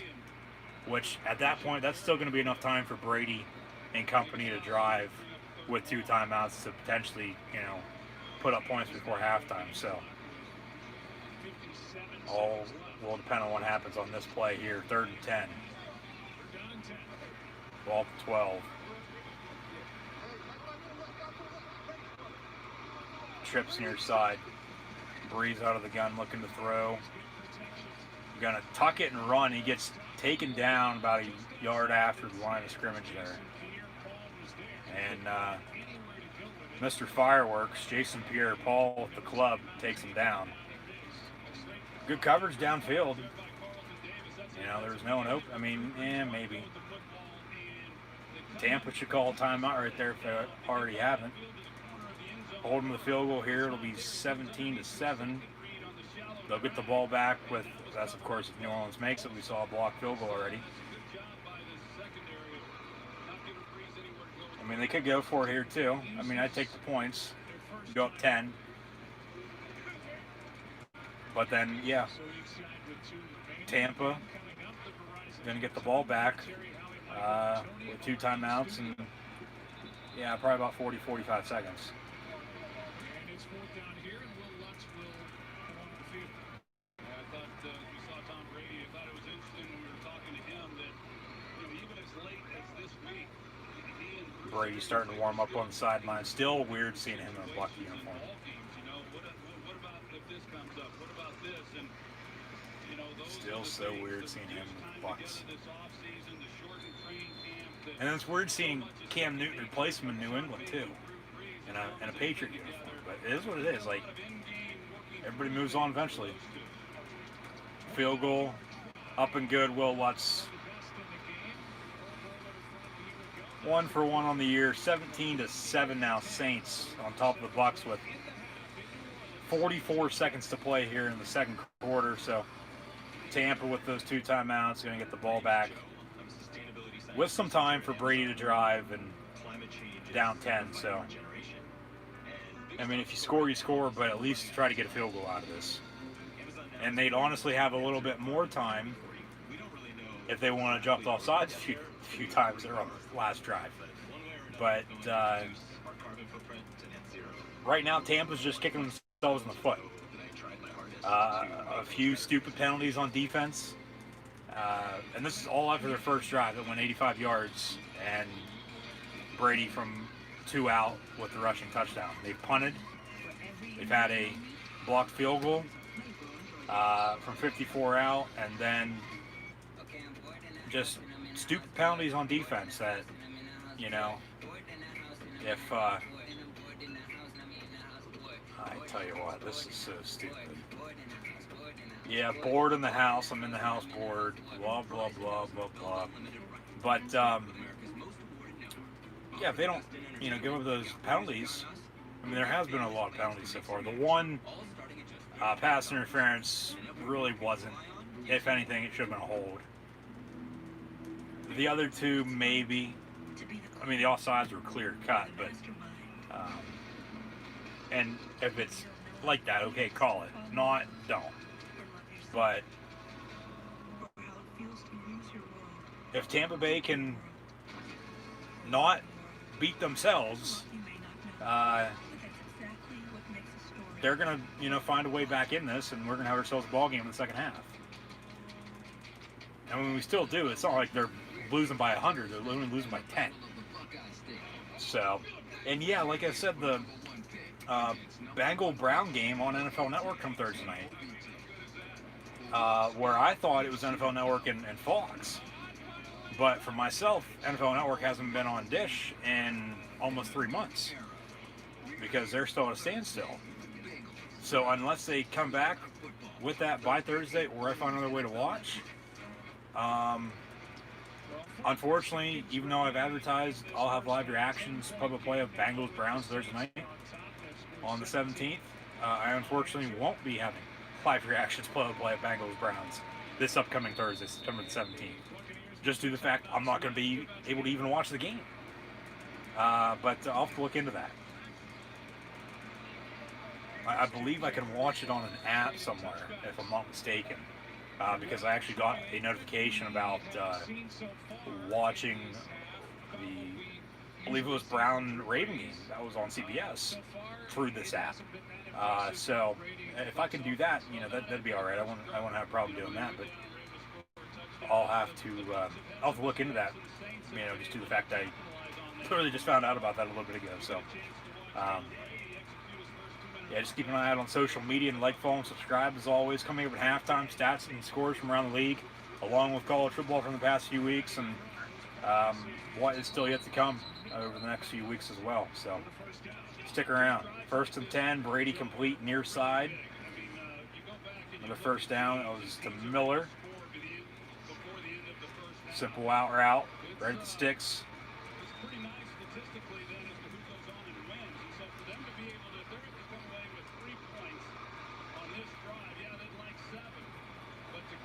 So from the 35, 1st and 10, they have 2 timeouts. 5 seconds and counting. Brady getting pressured, gets rid of it, and falls incomplete, but he's a little slow getting up.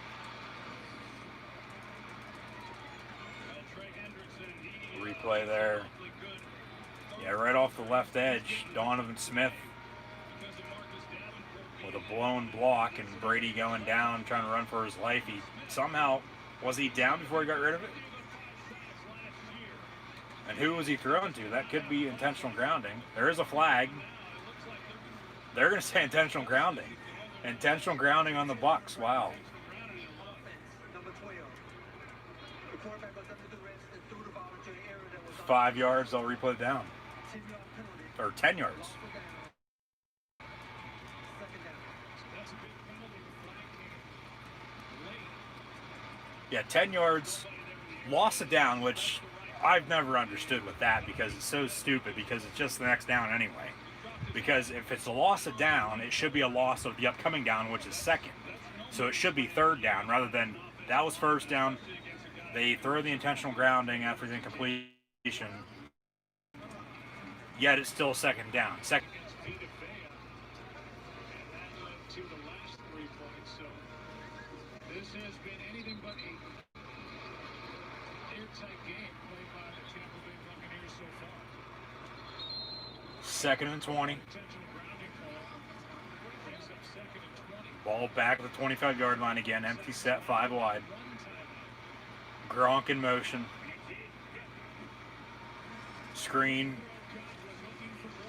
And Chris Godwin on his third reception picks up about 6 yards. Gets out of bounds, so the clock's going to stop. It'll be third and about 13, third and 14.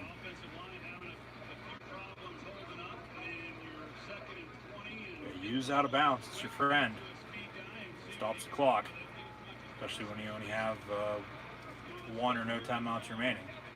Ball 31. Trips down near side, right to left. Left to right, excuse me, for the Bucs. Brady looking to throw over the middle, incomplete at midfield. They want a flag. They're not going to get it. 10 for Godwin again. And Brady in the ref's face. Hey, that's what you get when the refs aren't on your side anymore, buddy. You're not in New England anymore. You're in Tampa. You're on the road against the Saints, down 10. Yeah, you don't know what it's really like to play from behind, do you? And that's iffy on the penalty. They didn't throw it, but I can see why he's mad, yeah. So fourth down, and Tampa's going to punt, so the Saints are still going to get the ball back here before halftime. And they're going to bring pressure to try to block this sucker. And we got a whistle here before the punt. Timeout, New Orleans. Timeout, Saints.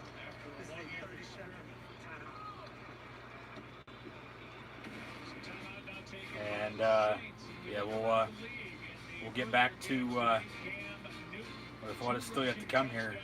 Coming up, the Patriots over the Dolphins, the Ravens over the Browns today.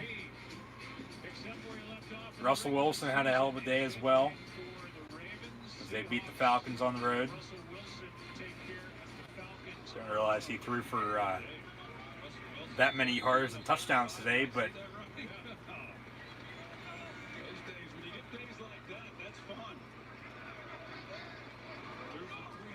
so far a good opening weekend.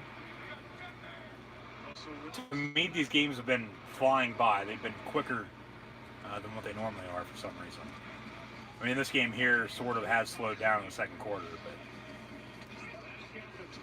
now we've got a return on the punt from the 20, maybe a block in the back, and then Harris gets to the 36, and Breeze is going to have about 8 seconds.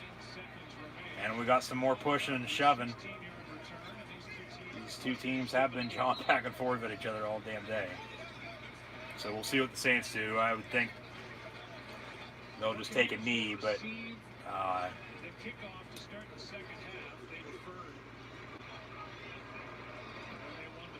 yeah, we'll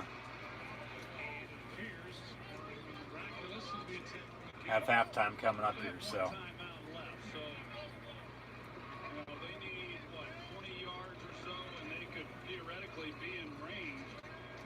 Will Lutz can kick some long field goals if need be. They're just going to take a knee, head on into halftime with a 10-point lead rather than, have anything go wrong for them. Play it safe, and Saints take a knee. At halftime, the Saints at home storm back 17 unanswered to take a 17-7 lead at halftime over Tom Brady and the Tampa Bay Buccaneers. First half stats, to those here in a second. This is highlights. My plan lowers healthcare costs, gets us universal coverage quickly when Americans desperately need it. This is my promise, Bird, but it's a patriotic duty to protect one another. In short, we'll do what we should have done from the very beginning. Our current president's failed. Leonard Fournette has 2 carries for 2 yards. Sorry for any technical difficulties. We have yet to see LaShawn McCoy, though, in the ballgame at running back. We still have the second half to play, though. Tampa receiving. Chris Godwin leads the way, 3 catches for 42 yards. Miller, 2 of 18.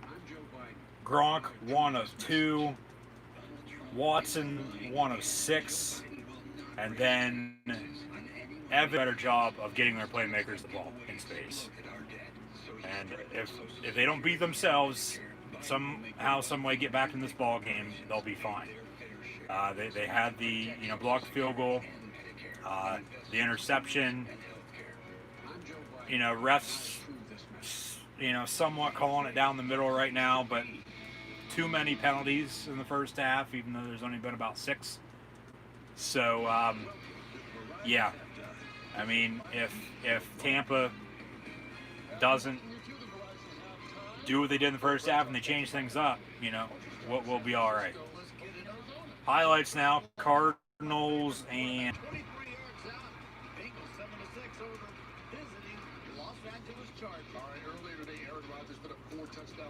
Bengals lead 7-6 over the Chargers. Now we have some final scores from around the league. We'll get into those here in a second.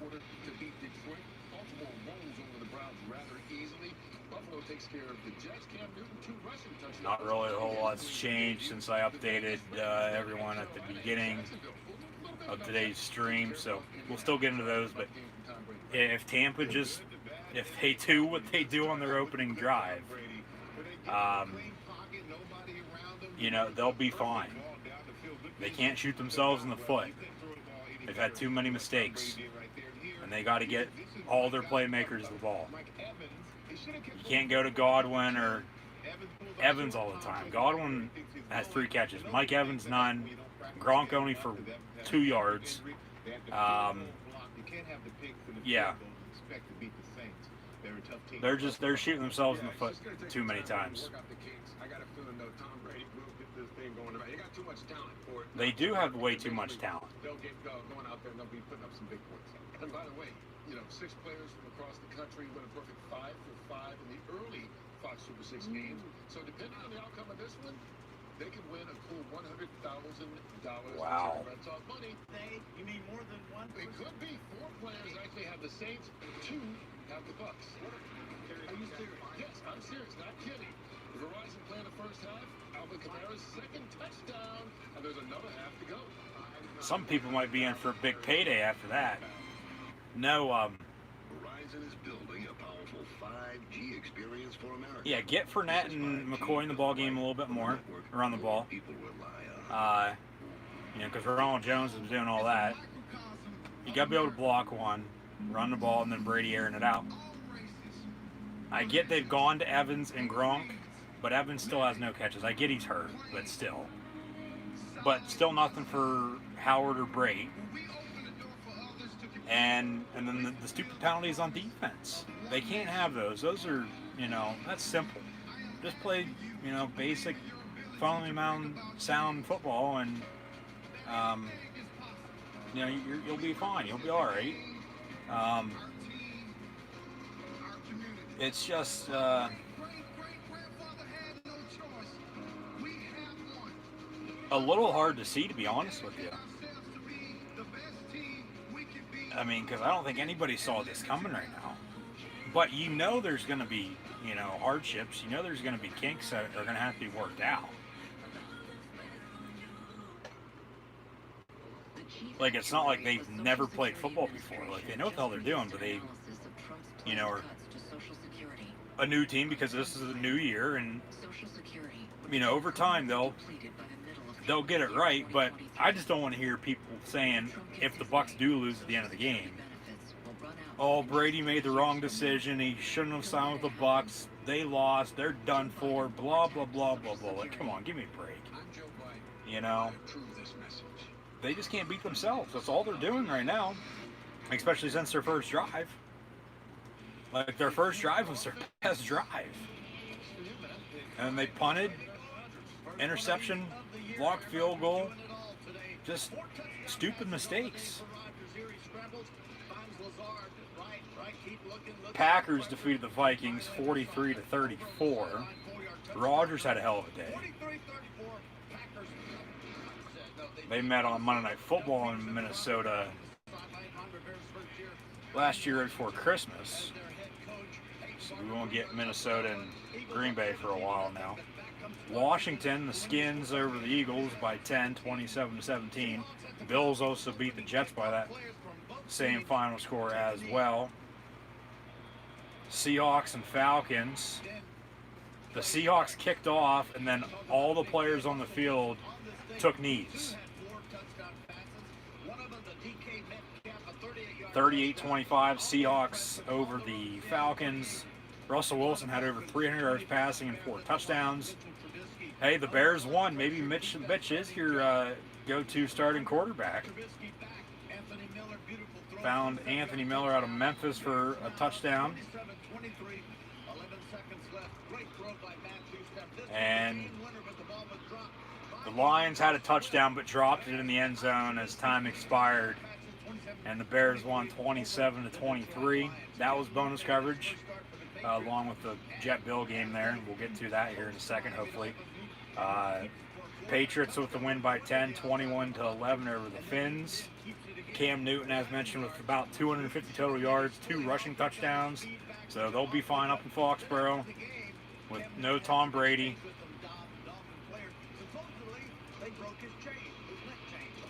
And Cam Newton a little mad because the Finns broke Cam's neck chain, his necklace. As they were pushing and shoving, it looked like post-game there at some point down the late fourth quarter. And, yeah, Cam obviously too concerned with his wardrobe compared to winning the football game, but the Pats still did come out on top, and he didn't look bad. I get he's coming off an injury, and he's with a new team, but they'll get all that worked out up there too, because they'll play fundamentally sound football as well. So that's just the Patriot way. Belichick's gonna run the ball at the end and play good defense.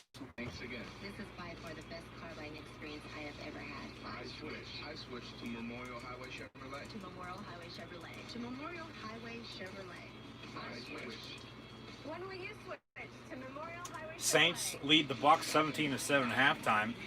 Completely forgot about them there for a second for their first half stats. So Drew Brees in the first half, 13-19 for 94 yards passing and a touchdown. Latavius Murray leads the way, 5 carries, 18 yards on the ground. Taysom Hill 1-13. Kamara 4 of 8 with a score. And then Jared Cook 4 catches, 34 yards. Harris, Hill have a catch apiece for about 15 yards. Michael Thomas 2 catches for 12 yards, and then Kamara 4 catches out of the backfield, 13 yards and a touchdown. And then other scores from around the league. As I don't know why they cut those highlights, but they did. Final scores from earlier: Seahawks 38-25 over the Falcons, Bills 27-17 over the Jets, Bears 27-23 over the Lions, Packers beat the Vikings 43-34, Dolphins once again 21-11 losers on the road against the Patriots. The new Washington football team, aka the Washington Redskins, defeated the Philadelphia Eagles, scored 27 unanswered to come from behind and win 27-17. Raiders on the road, the Las Vegas Raiders defeated the Carolina Panthers 34-30. Teddy Bridgewater didn't look bad in his Panther debut, but the season is still young. Jags 27-20 winners over the visiting Colts. Ravens 38-6 then over the Browns. Games currently going on, as mentioned right now. Saints 17, Bucks 7 at halftime. Looks like we're coming back here to the third quarter very shortly. And then early third quarter, Bengals 7, Chargers 6. 49ers lead the Cardinals 13-10 at the half as well. Sunday Night Football later on tonight. Cowboys, Rams, Monday night, tomorrow night. Be sure to tune in for more live reactions, play-by-play. Steelers, Giants, along with WWE Monday Night Raw. And then the Titans will head out to the Mile High City to take on the Denver Broncos in the nightcap of the doubleheader of Monday Night Football tomorrow night. So an interesting opening weekend for week 1 here in the NFL, to say the least. It looks like the second half about to begin. So during the next upcoming commercial break, we will dive into why I haven't personally began my flashback college football Penn State live reactions as of yet, but that right now is on the back burner. We will get into those within the next few weeks, so stay tuned. I'll have more on that in a minute. Saints going to kick off from the 35-yard line to begin the second half. Another touchback. As mentioned, special teams really hasn't been key in this ball game, other than the blocked 54-yard field goal that didn't come to be anything anyway. So we've seen touchbacks except for about a 10-yard punt return there right before halftime. So to say the least, Tampa cannot beat themselves. Stupid penalties, the interception, the blocked field goal. They started out strong, but then have gone downhill since. New Orleans, on the other hand, they started out slow and have been on the uphill ever since. So something's got to give. Tampa's going to get back into this. They're only down by 10 as we begin the second half, but it's only week 1, so calm down. 2nd and 10. After the incompletion, Brady basically just threw that away. Threw it a little too high for his intended target. I believe that was Miller on the far sideline. And Ronald Jones on the reception out of the backfield. First down pickup for him. That goes for about 15 yards. Flag comes in, though. Could potentially have a hold to bring this back. And it is on Tampa Bay. And yeah, that's what you get when you don't have the refs on your side anymore, buddy. Holding on the offense. 10 yards, they'll replay the down.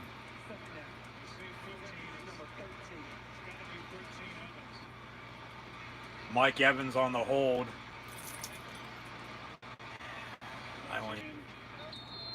They more so got caught up and tangled and fell down rather than... Too many penalties in this game. Just let them play. From the 23, 2nd down, Brady over the middle, complete. And Leonard Fournette going to pick up the first down. Forgot Leonard Fournette could catch the ball out of the backfield, but hey, we just saw that, so first down Bucks.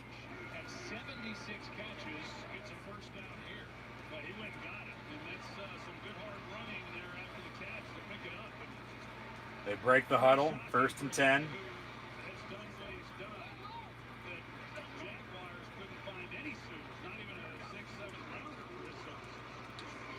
Handoff Leonard Fournette, who was cut by Jacksonville. Yes, after they couldn't trade him because nobody wanted him. They didn't want to give up anything for him. They'd rather have the Jags cut him and then try to go out and sign him. And Tampa was able to sign him. The former LSU Tiger. A little overrated, to be honest with you. I mean, he's up and down all over the place, but he's going to be a good, 2nd, 3rd string, running back in the 3-headed backfield for Tampa Bay with Jones, Fournette, and McCoy. That's a false start. They throw the flag, okay. Like, if it's a clear and obvious penalty, throw it. If not, don't. We saw this earlier in the Brown-Raven game. I forget who it was, but they did not get set. Chris Godwin here did not get set either, coming in motion, and was in the slot. And false start, 5 yards. They'll replay second down.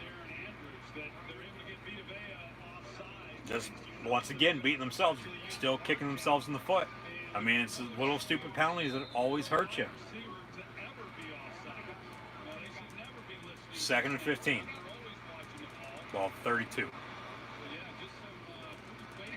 Godwin in motion. Same play, it looks like. And pass is intercepted. This is going to be a pick 6 for the New Orleans Saints. Brady now with 2 interceptions today.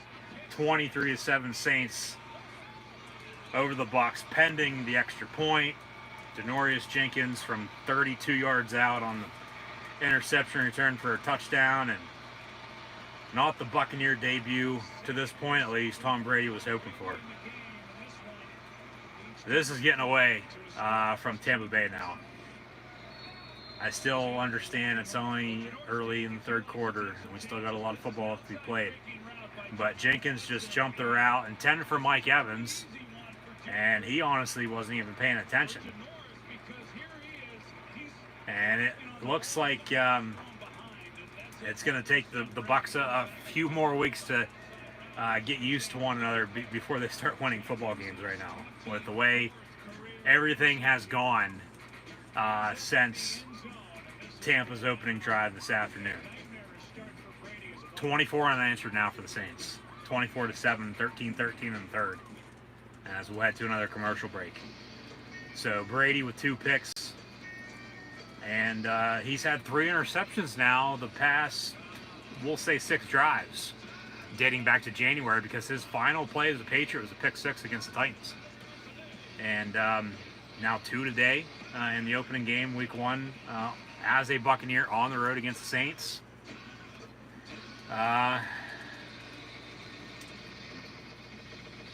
Yeah, just, it's going to, by the looks of it, going to take them a little bit longer than usual to get to playing the football that they want to play. Long story short. But like I said earlier, you know, normally it's hard enough as it is whenever, you know, you have a new quarterback coming in. Sort of the same system that Brady ran in New England, but it's sort of a mix with what Bruce Arians has. But then, you know, you bring in Fournette, you bring in McCoy, and we have got to see him. Fournette's played a little bit more here in the second half now on that last drive. Gronk gets traded down. I mean, they still have Evans and Godwin, but they got to get, you know, synced up with one another. You know, hey, this is how it's going to be. You know, and if basically you don't like it, it's still going to be the Patriot way in Tampa. And, you know, this is how we're going to play football games. And if, you know, you don't want to be here, so be it. Get the hell out. Which they were synced up on the first drive, but since then, I mean, good God, it's like they fell off the face of the earth. But they're kicking themselves in the foot too many damn times, too. Stupid penalties, 2 interceptions now, 1 return for a touchdown, and then a blocked 54-yard field goal. That was rushed. That honestly, you know, probably should have been a punt and pinning the Saints deep. So,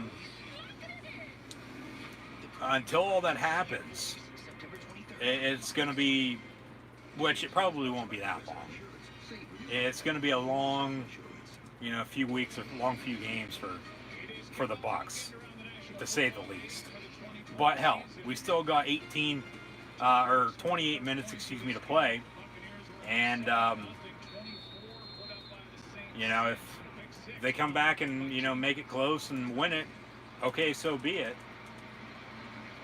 I mean, the only good part about this is, with the interception return for a touchdown, okay, yes, they are down 17 now rather than 10, but they're now right back out on the field, out on offense, and, you know, they're going to try to drive and try to put up some points and get back in this ballgame now. As we see Brady's first drive compared to his last few drives, and it's total lopsided. with teammates. So I know he's putting a lot of pressure on himself, and he wants to have a great showing and wants this offense. I'm sure he's nervous. I'm sure they're all nervous. But it's still football. Just go out and play football. And now Ty Montgomery down, injured. Former Packer. Now in New Orleans with the Saints. So we'll get back to the action here very shortly with another split screen commercial. And still to come, as mentioned, we'll get to what I was just saying there a moment ago with flashback college football Penn State live reaction. So stay tuned. I'll make sure I have enough time during commercial break to say what I'm going to say. So we'll get to that here in a second when we have more time. Montgomery walks off by himself. Bucks ball down 17. It's 24-7, first and 10 of the 25. They got to get more of their playmakers the ball. You got to get Gronk and Howard and Brate the ball. Brady going to go deep down the far sideline as he pump fakes. It's going to be called. That's pass interference. Throw a damn flag on that. Okay. Pass interference. Mike Evans, your intended target. That's a good penalty. That's a good, call from the officials rather than, throwing pass interference calls on every single play.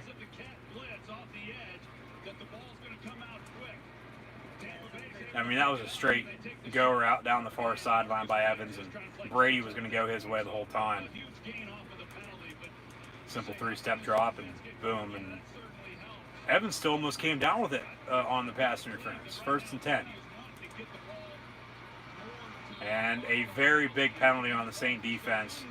Bucks ball now, first and 10 at the 30-yard line, marching in. Here comes a run. Godwin in motion. Halfback sweep. Ronald Jones up the gut. Going to be brought down inside the 10-yard line of the 8. Big 22-yard run for him. First and goal now for the Bucks. So momentum after the interception return for a touchdown. They get a defensive pass interference again. A play later, almost hit pay dirt, but they're now knocking on the door, inching back. And, yeah, they have been able to run the ball, pretty well. They've gotten away from it a little bit, but now they're in a position, first and goal from the 9. Go to your tight ends in the red zone. And Brady has a target wide open, back left corner of the end zone, and that is one of his 3 tight ends, and O.J. Howard. Touchdown, Bucks. And Brady now responsible for both Buccaneer touchdowns this afternoon. And Howard just cut across the field. He lined up on the right side, went to the back left corner, wide open. No one's there with him, and Brady found him for 6. Did he change his number by chance? Because I don't remember him being number 80 before.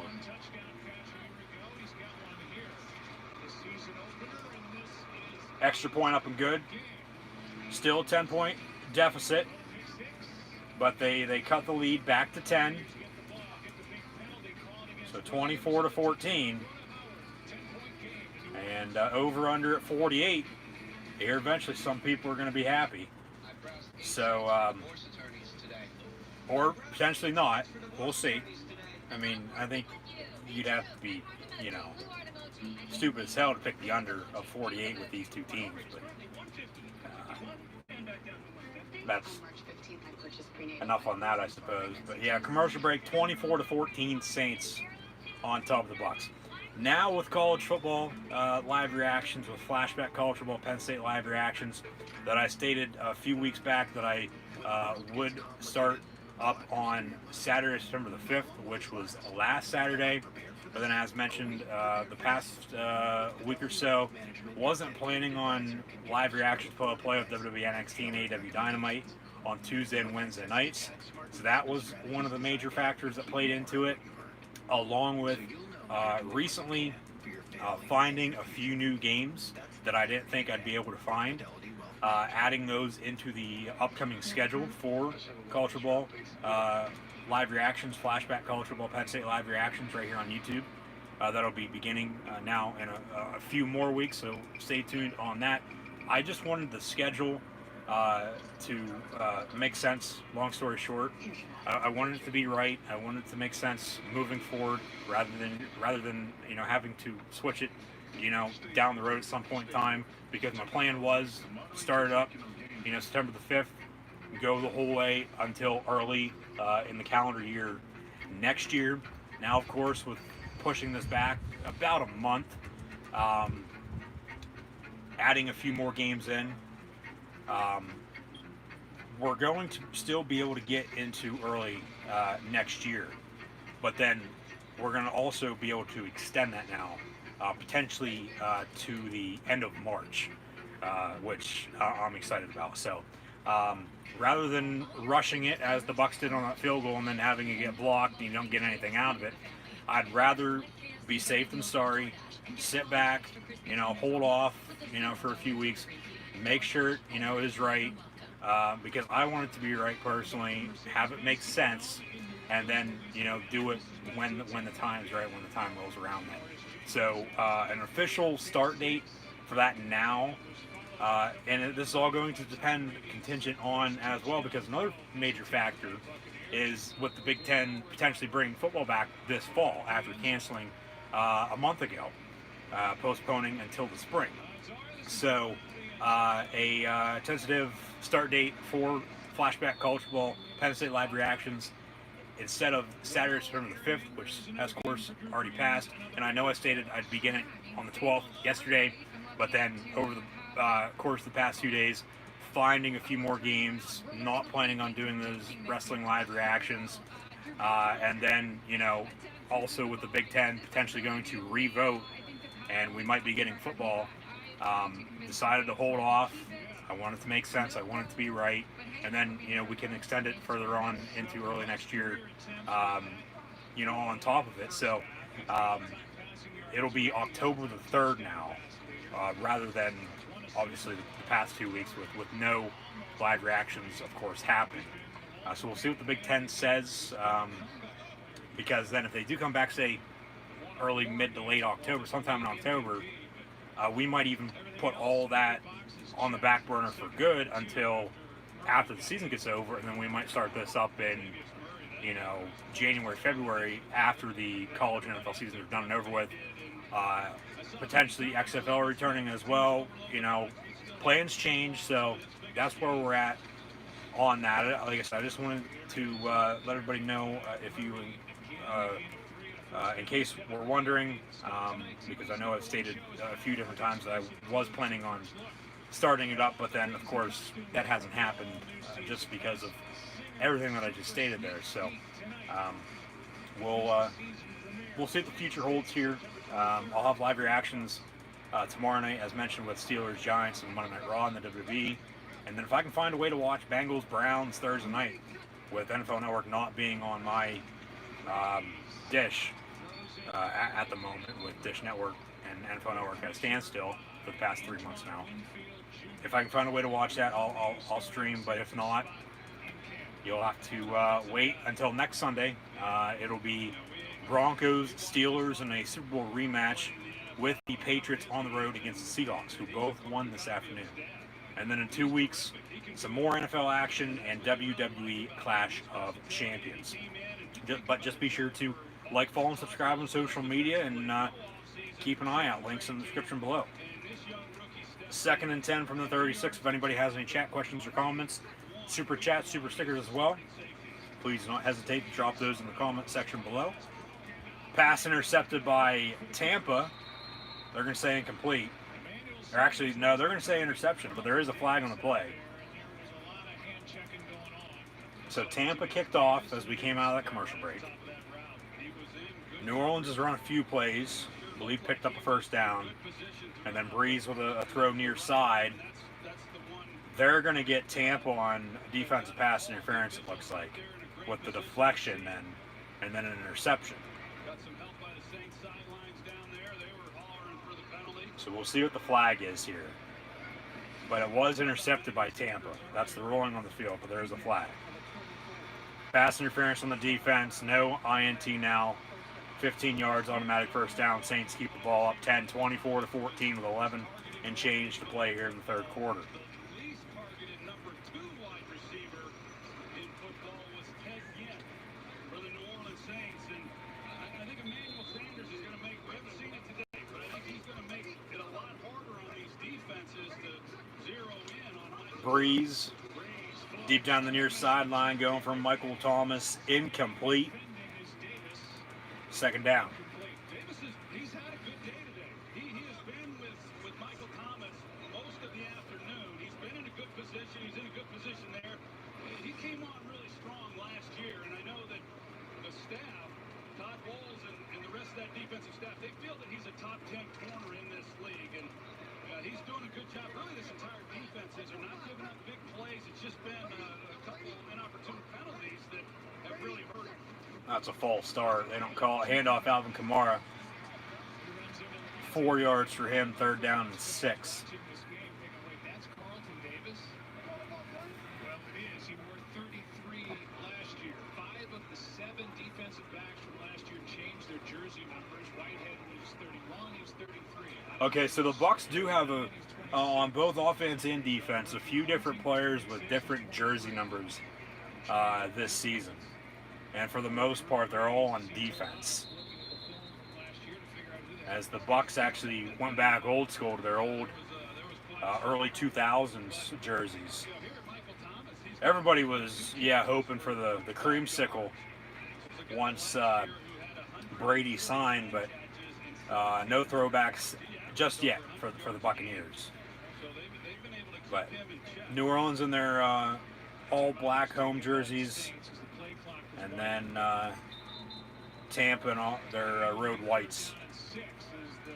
Third and 6, 10-point Saint, 24-14 lead.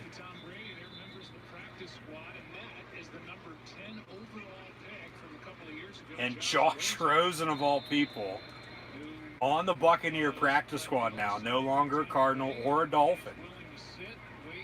He's literally sitting in the stands with the rest of the Buccaneer practice squad that made the trip.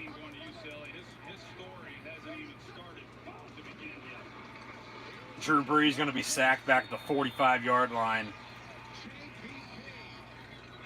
Mr. Fireworks, Jason Pierre-Paul on the sack. He's blowing up Drew Brees now in the Saint offense.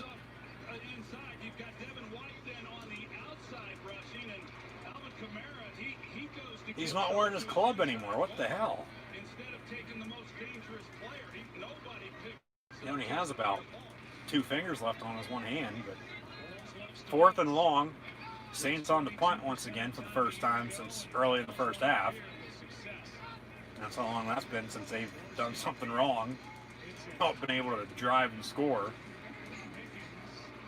And fair catch signal for the 13-yard line as they fall down.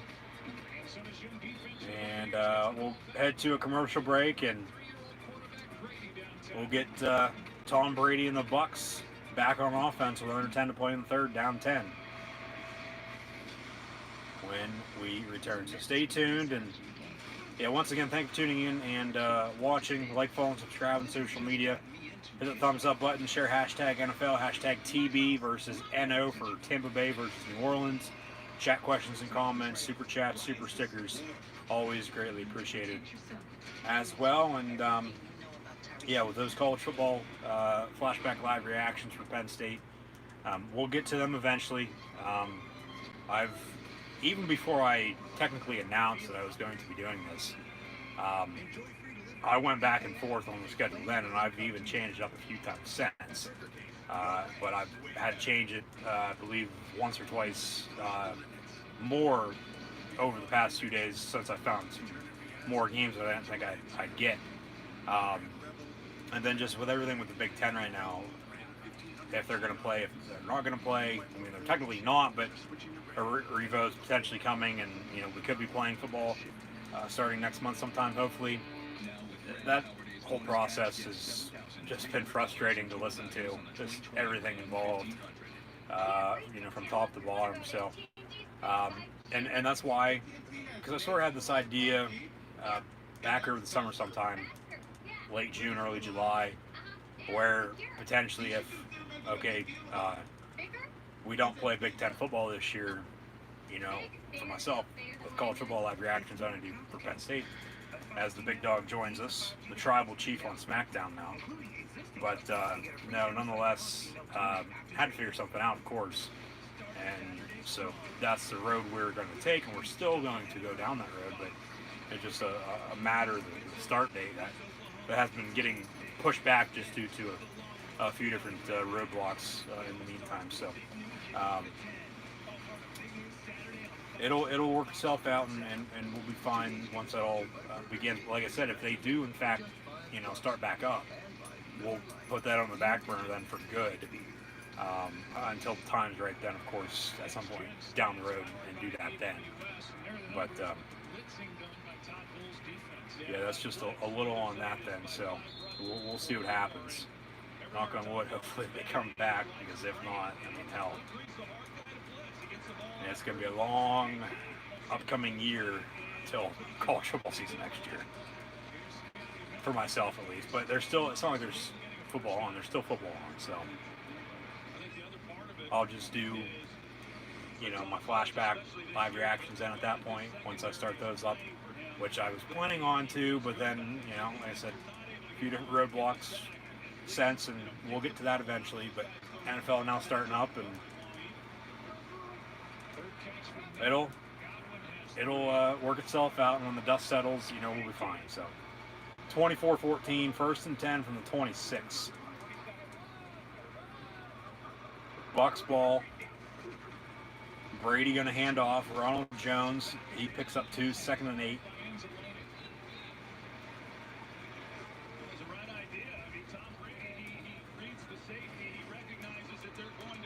You know who the Bucks need to block for him? And then have Brady hand the ball off every once in a while, maybe throw it to him out of the backfield. They need the A-train back. Mike Allstott. I mean, hell, you might as well. Brady's still, what, 42, 43 years old, still playing. And now the Saints are going to jump off sides.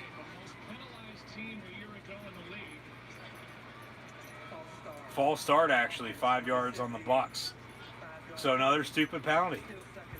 And I can already hear Bruce Arians during his upcoming post-game press conference. That was on Worst, the rookie right tackle out of Iowa. I mean, that's a good call. That was a false start. So, yeah, he'll be mad if they do lose us. You know, saying, yeah, stupid penalties. You know, couldn't run the ball well, you know, when we needed to. Officiating iffy. You know, the turnovers, you know, they're giving up as well. So 3rd and 15 now for the Bucks. After another incompletion from Tom Brady, but that was batted down at the line of scrimmage. So 3rd down and 15, down 10, 24-14.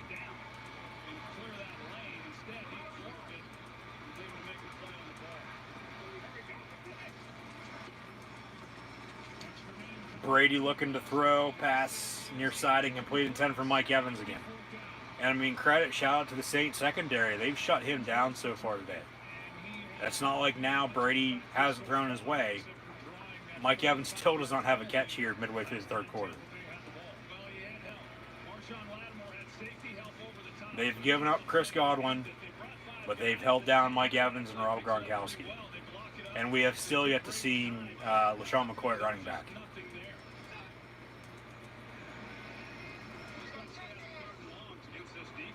I mean, you would think the game plan would have been a little bit better for the Bucks, but obviously not after the first drive. Harris on the punt return out past midfield to the 45-yard line, 1st and 10 from there for the Saints when we return following the commercial break.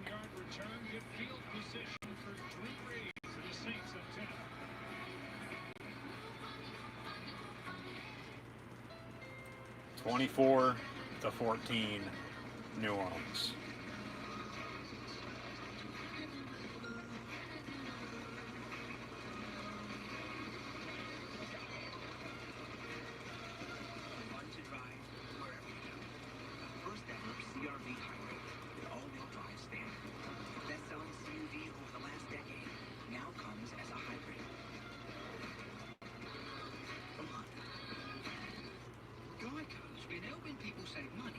75 years, they've really stood the test of time, much like these majestic Rocky Mountains, which must be dated off. Put their name down.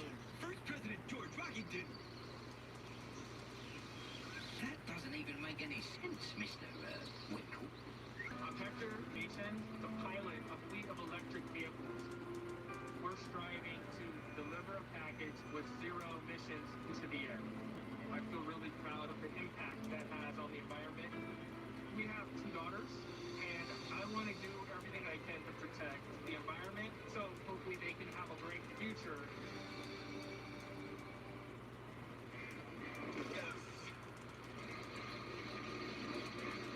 When it comes to Sunday, choose the right couch. Here's to the original light beer. It's Miller time. Nachos come with rules.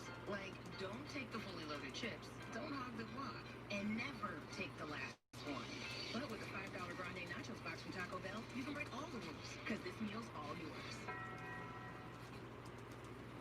Play the Fox Super 6 NFL Sunday Challenge. It's free to download and free to play. Make picks for next week's games to win up to $100,000 of Terry's money each week during the NFL on Fox. Today's game is sponsored by Geico. 15 minutes will save you 15% or more on car insurance. Former NFL coaches of the year shaking hands following last year's Saints win in Tampa Bay. Bruce Arians, 2-time coach of the year. 2012 with Indy, 2014 with Arizona. Sean Payton, coach of the year, his first year with the Saints. This is before the game. Those two coming together. 1st and 10 Saints coming out of the commercial.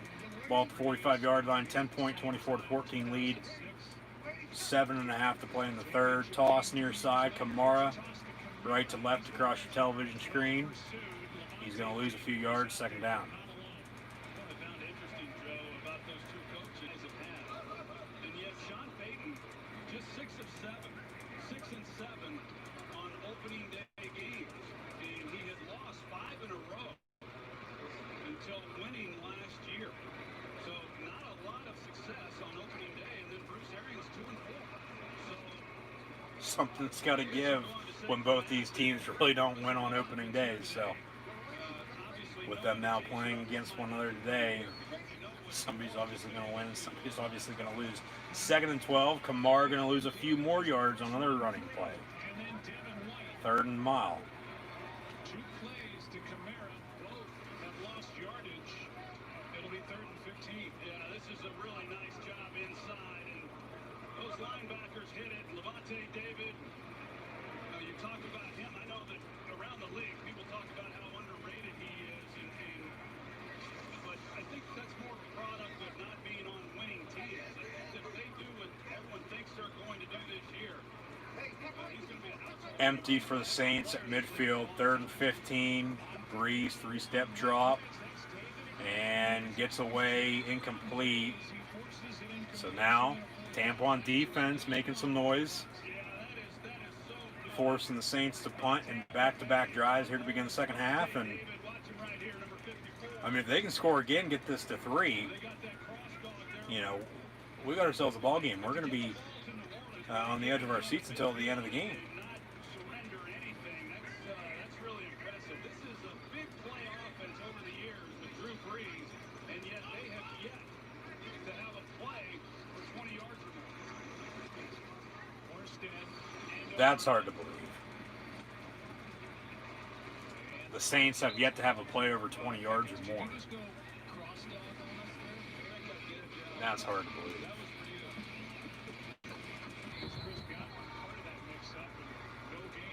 No gain. He's trying. I mean, that was no fault of Ronald Jones. Going back and watching him last year and the way that he came on towards the end, I like him.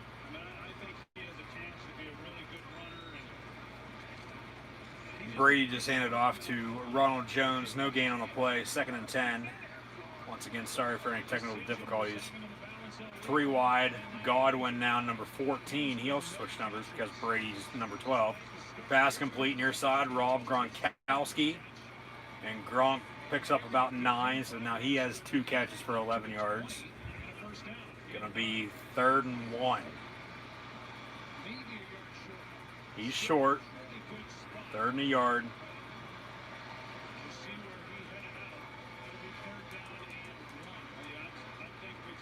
Good to see Gronk back on the field, too. Took last year off, retired. Had the Patriots then trade him to the Bucs so he could come out of retirement and play with Brady again. 3rd and 1. Brady going to fake the give, play action down the middle, complete the 35-yard line. Chris Godwin once again before being brought down at the 45-yard line. Big pickup on 3rd and short, 1st and 10 Bucs. A simple play action pass, and Godwin wasn't wide open, but Brady put it right behind the linebacker and off his back foot too, by the way. Right over the backer, and found Chris Godwin for a big pickup. Godwin's by far their number 1 receiver this afternoon.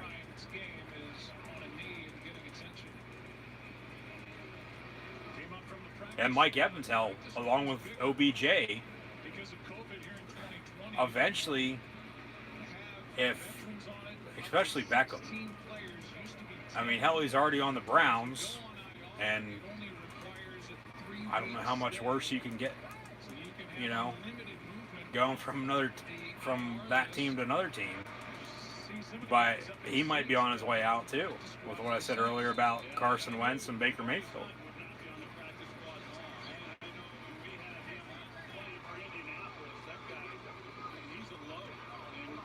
1st and 10 from the 43. Beckham, in my opinion, has always been overrated, though. I mean, hell, on a Sunday night in 2014, he had a 3-finger catch. And then ever since then, it's Odell Beckham Jr. is the best receiver in the league. He is one of the best, but he's not the best.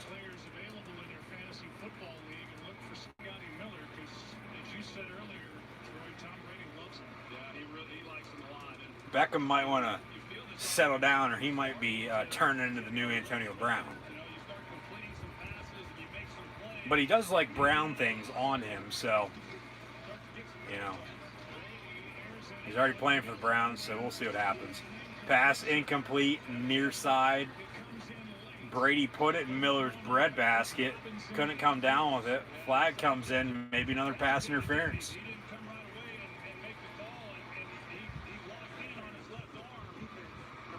That's not pass interference.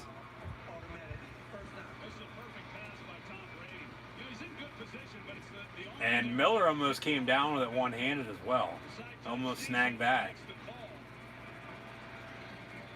Too many damn defense pass interference in this game. Way too many.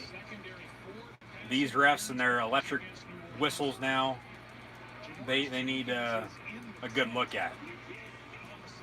Spot foul, automatic 1st down, 1st and 10 handoff.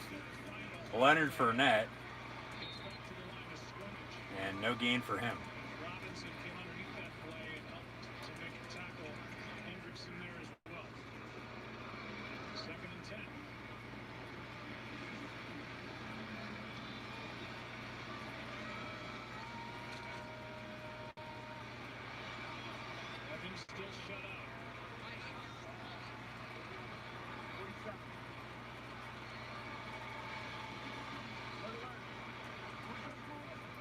Brady with an audible, gonna hand off, and Lenny gonna pick up about another 3 yards. 3rd down.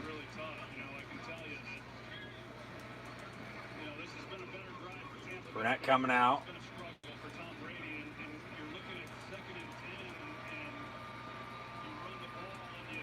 Here comes LaShawn McCoy, shady in the ball game now.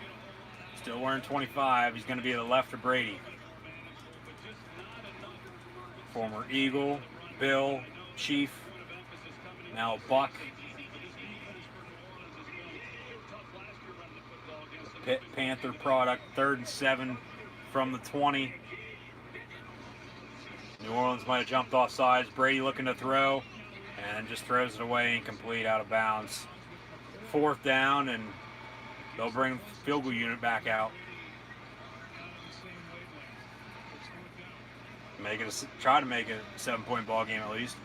I mean, hell, if they had the 54-yarder from earlier, kick it now, and get that, they'd only be down 4 rather than 7, but they missed the 54-yarder, of course, with the block, and Here we go again. And reset the play clock.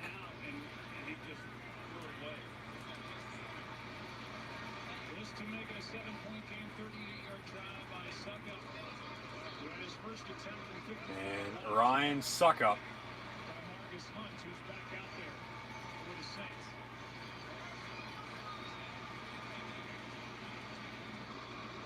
From 38 out. Right down the middle, up and good. 24-17 now. As the Saints have their lead cut from 10-7. 24-17 Saints on top of the Bucs as we near the end of the third quarter. You know, Limu, after all these years, it's the ones that got away that haunt me the most. Because you're not like everybody else. That's why Liberty Mutual customizes your car insurance. So you only pay for what you need. What? Oh, I said. Oh, this is my floor.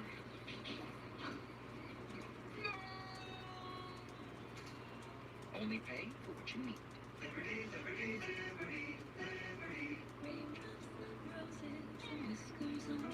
And a journey full of memories.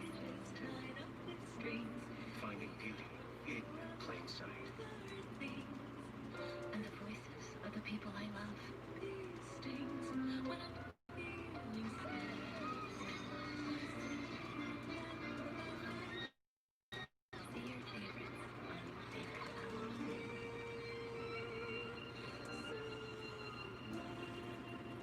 And next up, we have the Experian Boost Cow. It reminds us we can now raise our credit scores instantly free with Experian Boost. I'm up 13 points. Boost your credit scores instantly free with Experian. Download the Experian app now. Introducing Wendy's new pretzel bacon pub cheeseburger. Yes, we said Wendy's.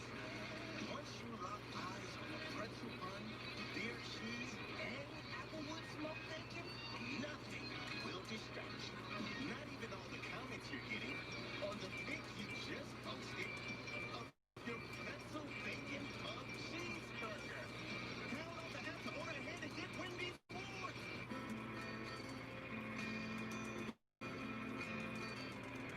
At T-Mobile, we believe access to the internet equals opportunity. That's why we're launching our most ambitious program ever, Project 10 Million, to help close the homework gap by offering school districts free internet access and mobile hotspots for 10 million eligible households over the next 5 years. T-Mobile, working to connect every student. Scoring drive ends up in 3 on the board as Suckup takes it from 38 yards away. 28-yard interference call against the Saints on that possession by Tampa Bay. And now New Orleans will get it back as they lead by 7. And we'll talk about how fast Drew Brees is in getting rid of the football. After this touchback from Kenyon. The action with the Bucs and Saints. Kickoff down to the end zone for a touchback. 1st and 10, New Orleans at the 25-yard line. Thank you once again for tuning in and watching. Be sure to like, follow, chat questions and comments, super chats, super stickers, always greatly appreciated as well. So now only a 7-point lead for the Saints. 24-17, 2-2-2 to play in the third. 1st and 10, 25-yard line. Taysom Hill back in the ball game in motion. Handoff, Alvin Kamara. He picks up 5 to the 30. Ball comes out. He was down. That's not a fumble.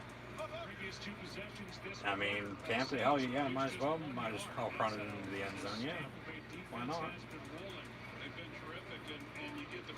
And yeah, it has so far been a tale of two halves to an extent, with those penalties then in the first half not going Tampa's way, of course, but just bonehead decisions, bonehead mistakes. 2nd and 5,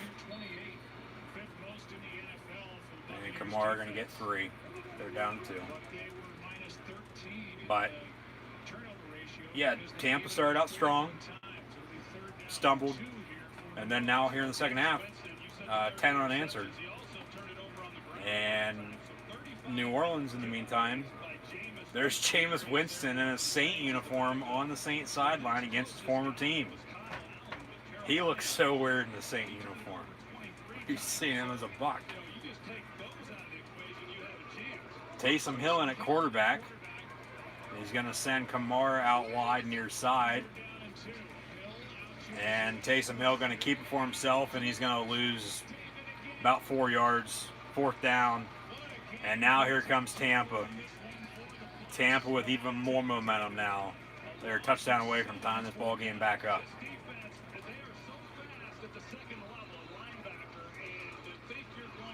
Because they started out good, stumbled, getting back in it. New Orleans was slow, took the lead into halftime, and now they're starting to stumble.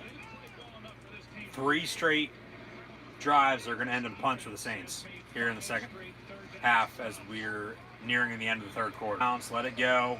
Well, you might as well get the hell away from it too. I'm not still stand there. Ball going to be down at the 22-yard line. So Brady going to have about 7 seconds here before the end of the third quarter, 1st and 10.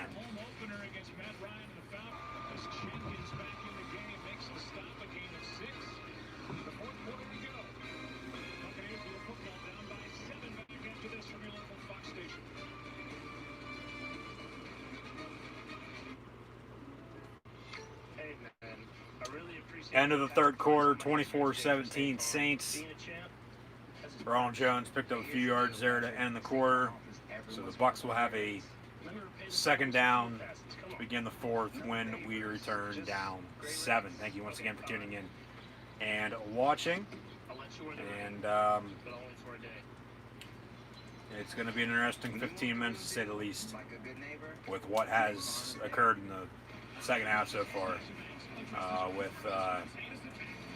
Tampa getting back into it and New Orleans not playing whatsoever, it seems like. So, yeah, should be interesting. One of these two teams obviously, come out with a win, and the other is going to lose, but still early on, so only week 1. They'll meet again because they are, in fact, NFC South rivals. And yeah, we'll have to see what takes place here in the 4th. I know next week Tampa is going to host the Panthers, who lost the Raiders today at home, and the Saints are actually going to go to Vegas to take on the Raiders next Monday night, as they'll open up their new stadium in the desert. So a lot of big good games early on the first few weeks. I know the next 3 Sundays and Mondays I'll have live reactions. I was hoping this Thursday, because Thursday Night Football, I probably won't do another one until the Chiefs play the Bills mid-October. That's playing as of now. But obviously, like I said earlier, plans change, so we'll see. And then Steelers, Giants tomorrow night. Saints, Raiders next Monday night with Monday Night Raw as well. And then Chiefs, Ravens the following Monday night with Monday Night Raw as well. So just be sure to like, follow, and subscribe on social media, and hopefully you'll tune back in.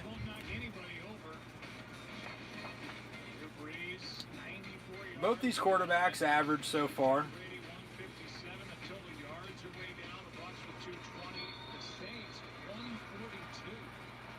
I mean, hell, Phillip Rivers and Josh Allen and Russell Wilson have had better games today than both these two combined, for God's sake. So, out of the gun, empty set, 2nd and 4. Brady looking to throw over the middle. It's going to be incomplete. Intended for Gronkowski, right past midfield, 3rd down.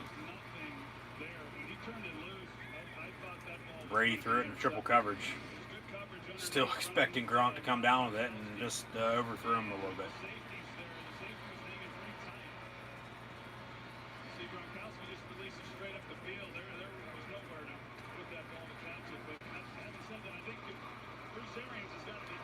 Tom Brady back in the Superdome, where he won his first ever Super Bowl 36 against the Rams, before they won 3 in 4 years.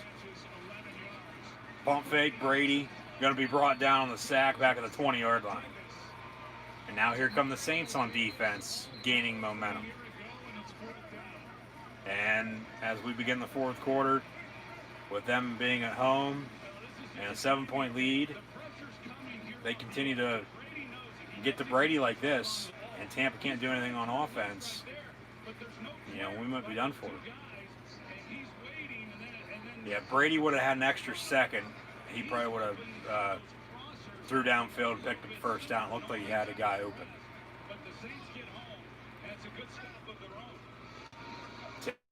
Tampa on to punt.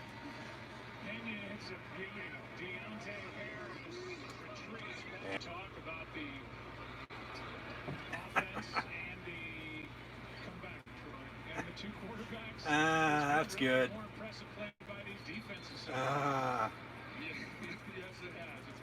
That's a good one, Aikman.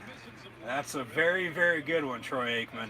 He thought they were going to commercial break. He was bitching out his producer, like, what the hell? And he was about ready to walk off. And in the meantime, they had panned them in the booth, staying with the coverage. Incomplete near side and 10 for Alvin Kamara. And then Joe Buck, hey, stay with us, Troy. And then he's just like shaking in his head and he starts laughing, doesn't even know what to say. And I don't think he knows what the hell's going on right now. So that was good. That was a funny segment. That'll definitely be a meme within the next few minutes. That'll be on social media. Troy Aikman getting fed up with Joe Buck on this Sunday afternoon in New Orleans. Drew Brees pump fakes down the far sideline, has a man, Jared Cook, big first down pickup as they're in business inside the 30, first and 10.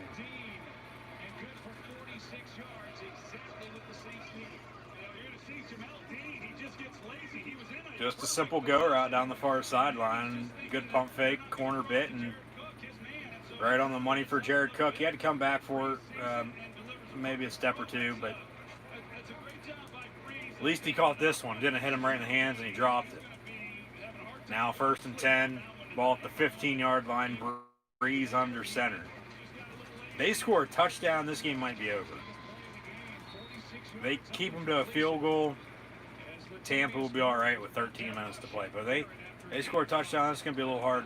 You know, 2 touchdowns here in, you know, the final 12, 13 minutes of play. Even with Brady as your quarterback. But with the way, I say that only because with the way they played, you know, so far today, you know, they've been up and down. They can't, like the Texans on Thursday night on the road. Tampa tonight on the road in New Orleans this afternoon. I get you're not always going to be consistent, but you would like more consistency than what's been, you know, shown. Pass complete, near side. Tampa says they have it. Or a fumble. 3rd down and 5, Saints. Troy Aikman says he thought it was going to be a catch fumble, but yeah, you also thought you guys were going to commercial break, and then they panned to you, and you're like, what the hell? That was good. That was funny. That has to be one of the highlights of the game. That's incomplete. He didn't even catch that. On Tampa, though, I mean, you have 2 challenges. You want to take a look at it, maybe. Because you did recover 3rd and 5. Obviously, they don't want to. Breeze and the Saints snap it. And they're going to hold New Orleans. He might be about a half-yard shot. They're going to give him the first down. First down, Saints inside the 10. And yeah, if he was touched right there, which he wasn't when he was down, he would have been about 2 yards shy, but he got back up and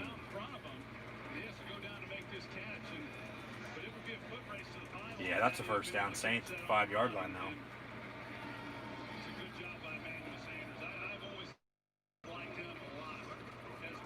And that was Emmanuel Sanders on the reception, the new Saint, the former Steeler, Bronco, and 49er. That Didn't play a whole lot for the Niners, or I should say didn't play with the 49ers very long, as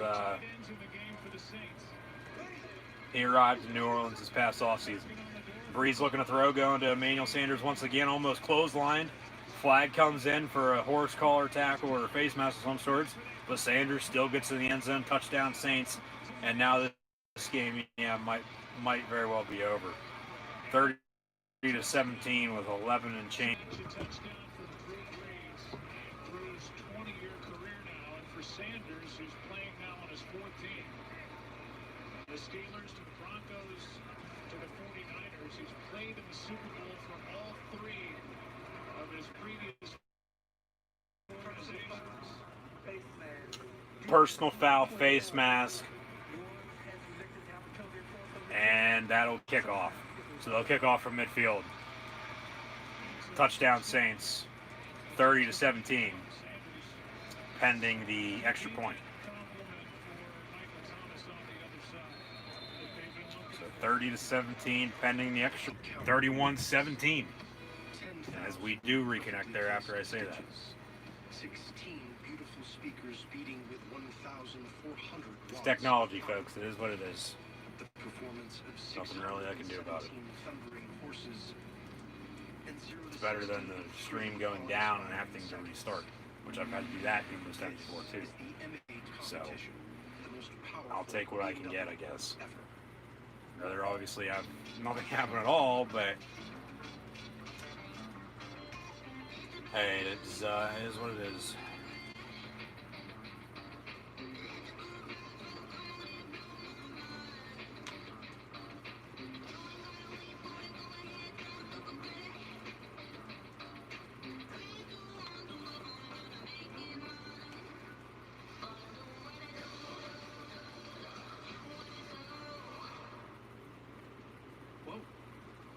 Belichick? Really? You're right. Bill Belichick making sure that people eat their delicious $5 footlongs, and then hey, now you look good too. I just cut your sleeves off.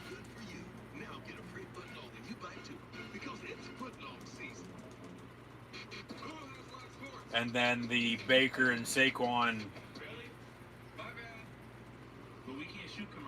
kid commercial that has their heads on it because they couldn't shoot commercials the past however long, 6 months. So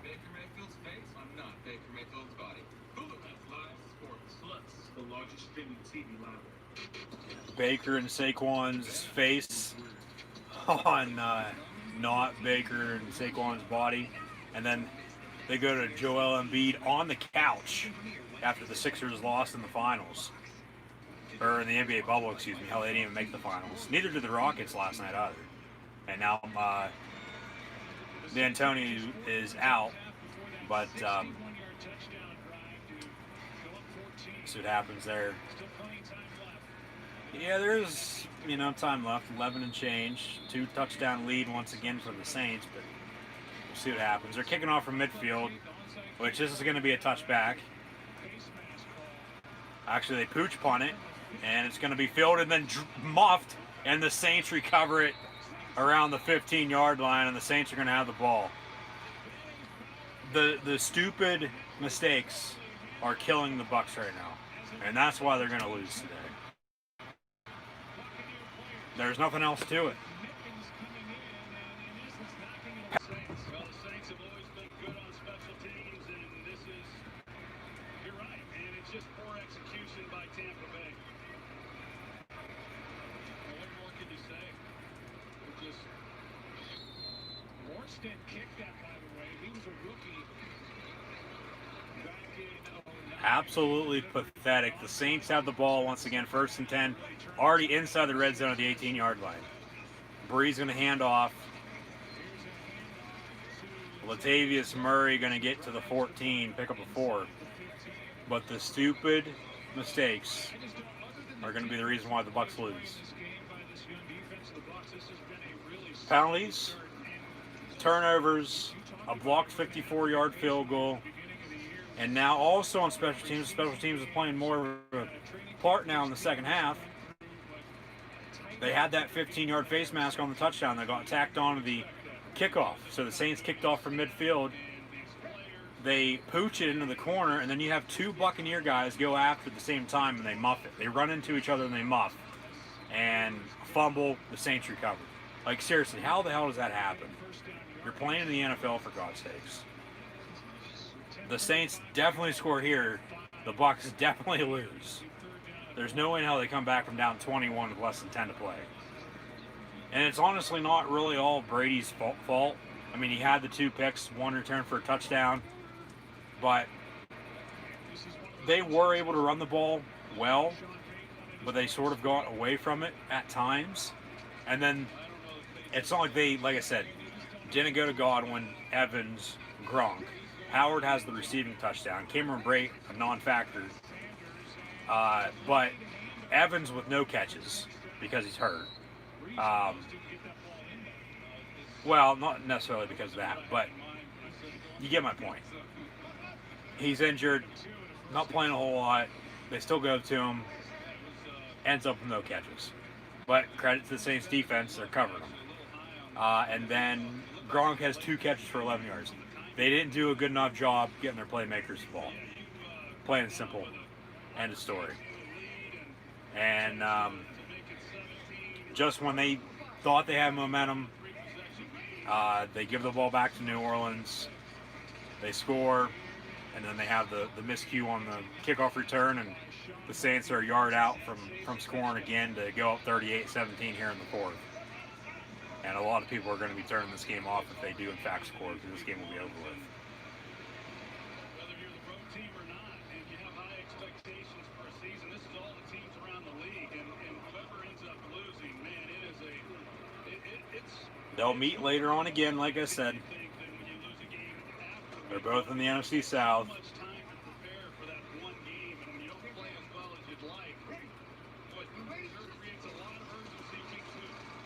I believe that is a Sunday night in late October, if I'm not mistaken, early November in Tampa. 3rd and goal, Murray on the carry once again. But, okay, you don't give up this touchdown here because you have the ball. More so than not because, you know, that was just... That doesn't happen. But it did. Brady's pick 6. And then got to find another touchdown somewhere. You know, we got a tie ball game right now, or, you know, close to it. And the Bucs are still in this then, but not now. And Bucs-Panthers next week, that'll be good, but it'll be revenge tour.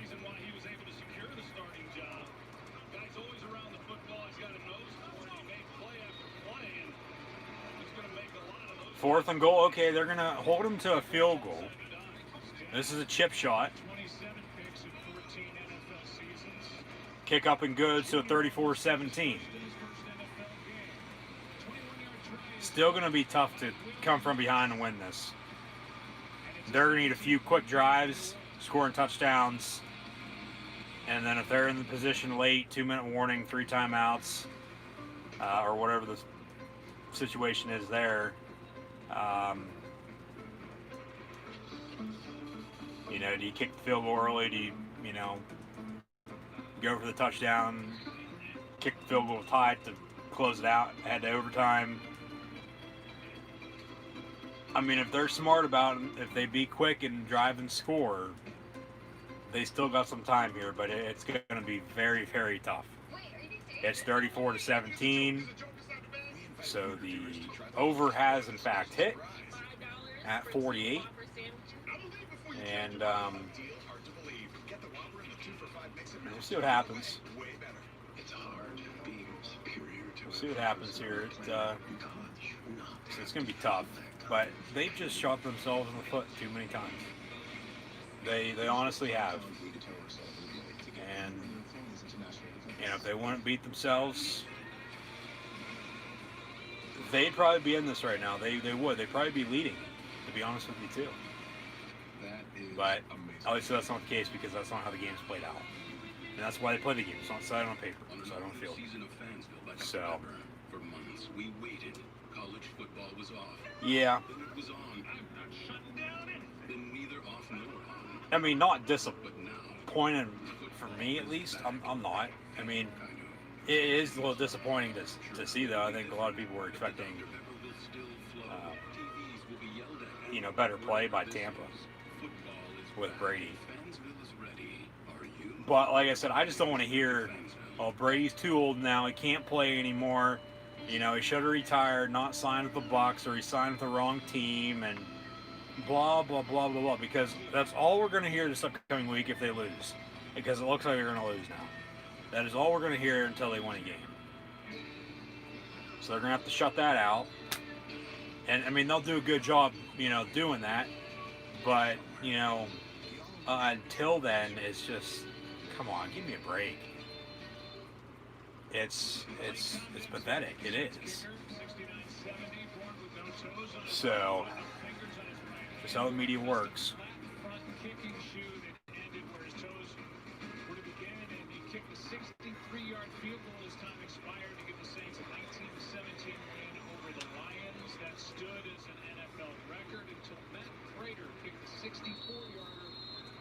December of 2013. Dempsey died in New Orleans on the 4th of April. Complications from COVID-19. Saints kick off, touchback, 8 minutes to play. Aaron Andrews made a big play here in the second half, had a sack of Tom Brady, and he ought to be another happy guy playing for the Saints. Yeah, he can celebrate that sack, and he can also celebrate they signed him to a 3-year extension last night. Talk about continuity with this team. We saw the Alvin Kamara extension get done yesterday, as well as Davis. We joked around to Sean Payton on the phone and said, we know you guys. You don't change at all. Yeah, it's impressive. First and 10 from 25 for the Bucs. Incomplete over the middle. 10 for O.J. Howard.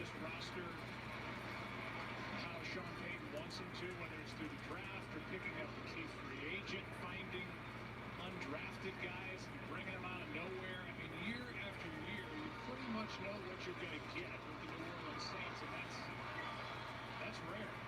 They've been through a number of years there where they just weren't very competitive, and then starting with the draft of 2017, that ignited them to where they've been able to do. Brady on the slant, incomplete again.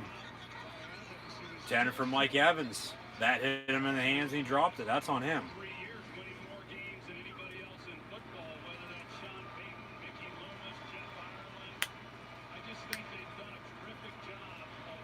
Just not the Bucs, like I said, people were hoping to see today. Not by any means at all. 3rd and 10 from 25.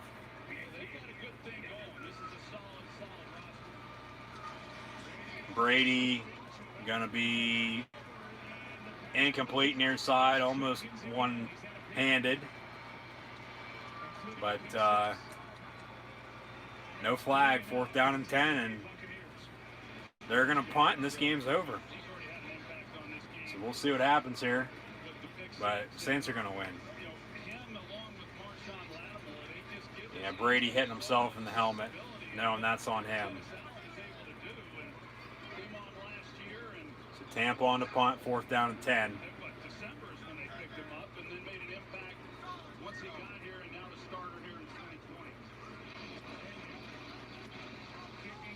As we should be about 3 hours and 15 minutes into this live stream. If that's not the case, if you're watching on playback, please let me know. Just due to the fact I've found out that time has been being deducted at the end with the uploads. Cardinals take the lead on the road, 24-20 against the Niners. DeAndre Hopkins, a former Texan, with the touchdown, as they're also in the fourth quarter. We'll check in on the other late games that are currently going on once this wraps up for final scores, if we get any bonus coverage or not. But yeah, I've noticed times been being deducted, taken off with the processing and the uploading then after the live stream, if you watch on playback. Saints just going to run this clock out. Looks like they're going to run the ball as much as they possibly can. And Murray going to lose a few there. Second down and 13. 17-point, 34-17 lead for New Orleans on top of Brady and the Bucs. And yeah, this looks to be over.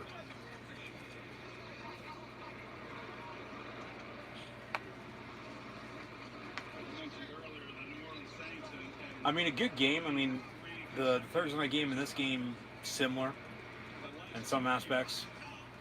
But to me, still to this point, like, it doesn't, even though it does, this will make any sense. It does, but it doesn't feel like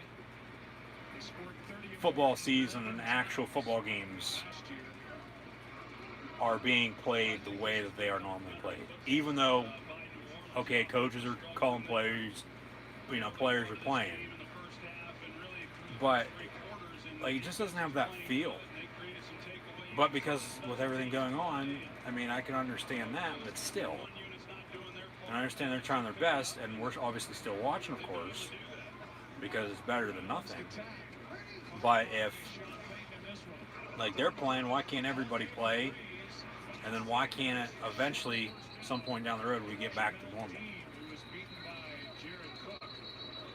Sanders on the reception, fourth down, so the Bucs are going to get the ball back here. I mean, if only they could do something on offense, they'd be in this. And if they didn't shoot themselves in the foot too many times, you know, they'd be in this ball game. They call a timeout to stop the clock, 4th and 7, so New Orleans going to punt. 6:06 to play. They'll have 2 remaining, down 17, 34-17 once again. So, I mean, you go back to the penalties. You go back to the interceptions, the turnovers, especially the one going for a pick 6. The block, 54-yarder. I mean, if they had that field goal right now, they're still only down 2 touchdowns. And at that point with 6 minutes, okay, like, that's doable. But 17, you're going to have to score twice. I mean, if you go for 2 twice and get it that way, okay. But you score twice, and then you're going to need a field goal too. And that's what I was saying. Coming down to it, having timeouts, potentially, or not, and then not a lot of time, you know, you're not putting yourself in a good situation. But they really haven't done that all damn day, so what's new? Was a fair catch signal for? No. Saints on the punt coverage, bringing down the returner right away on the tackle. So 1st and 10, Bucs at the 10-yard line. And I mean, they did well on their opening drive. They went 85 yards for a score. Maybe they can go 90 and, you know, quicker fashion and try to get back in this. But it seems to me like it's way too late now. 1st and 10 from the 10, trips near side. They got 90 yards to pay dirt to cut it to 10. And that's not really saying much because they still have to score more. If they even score here. Brady stepping up in the pocket, dumps it all. It's complete the first down marker. O.J. Howard once again. Okay, they're starting to get him involved. LaShawn McCoy back in the ball game at running back. Go to Gronk. Go to Bray. I mean, Mike Evans still does not have a catch. And Brady. Mike Evans came into this game having played 90 career games in the NFL and had at least interception, 88 of the 90, and both times he's been shut out by the Saints. It was last So we had some whistles, and now the Saints are challenging the previous play on the field of whether or not that was a catch by O.J. Howard or not. It looks like it was. And it seems like the A little better angle. I don't think they're going to have shots where they're going to have a definitive look, but I thought that he got his arm underneath it. yeah, that's a catch. They rolled a catch on the field, so they have to find undisputable video evidence to return it. But it seems like the medical and equipment staff, with everyone's drink,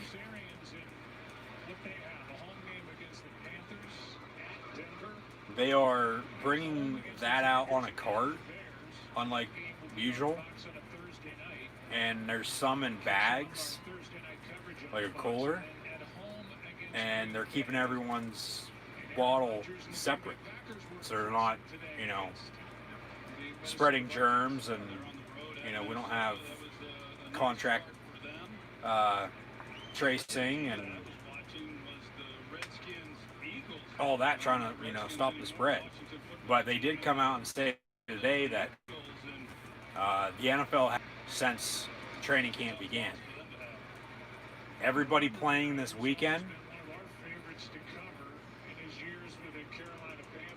passed protocol. They passed their COVID tests, coaches and players, yesterday morning, as there is daily testing in the NFL.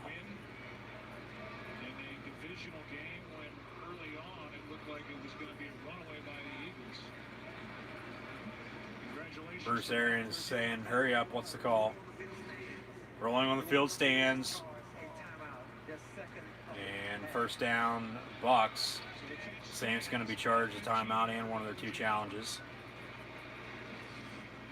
First and 10, 5 and change to play, 17-point lead for New Orleans.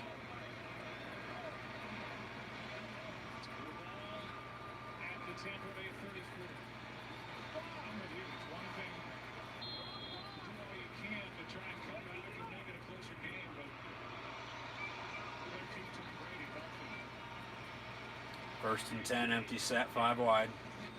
Brady stepping up. Brady going to go down after a few yard scamper. Second and 7.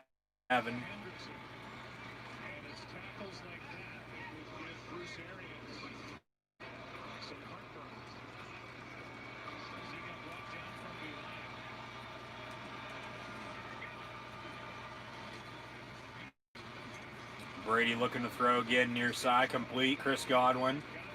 He's going to pick up about 5. Going to go about half yard shy of the first down marker, though. Third down and short.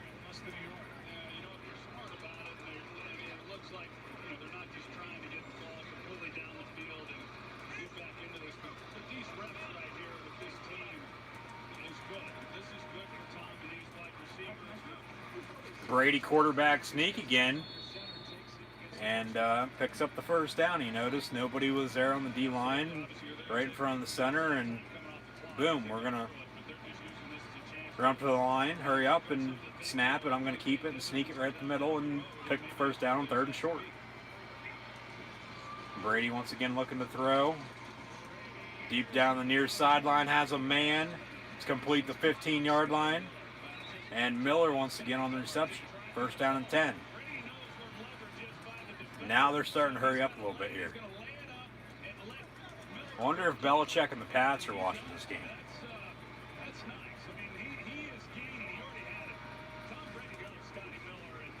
First and 10 from the 17. Brady once again. And Shady McCoy picks up a few on the reception. Second down. We'll have final stats and the other scores from the other games currently going on coming up when this goes final, so stay tuned. Brady once again looking to throw. He loses the ball on the strip sack, but recovers. 3rd down and 8.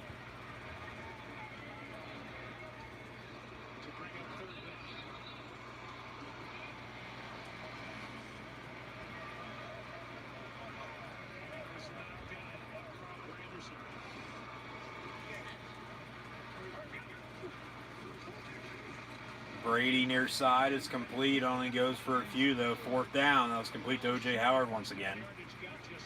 Former Crimson Tide from Tuscaloosa, Alabama. 4th down.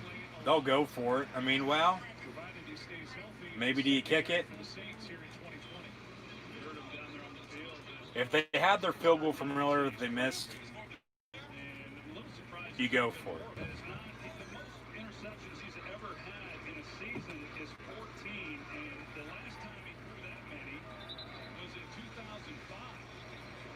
Come into the year saying, well, there's no way they're going to turn the ball over the way that they did a year ago. And here Tom had 2 interceptions, pick 6, and things get 14 points on. They're going to go for it on 4th down. 2 scores, and then you need 2 touchdowns late. But you're still going to need 2 touchdowns, 2-point attempts, or 2 touchdowns and a field goal to tie it. So, big hit on defense to Chris Godwin with the completion of Chris Godwin over the middle. 1st down. So 1st and goal. And they'll probably get New Orleans for a personal foul. And they'll mark it half the distance, and it'll be 1st and goal from like the 2.5, 3 yard line probably. Godwin going to come out for a play.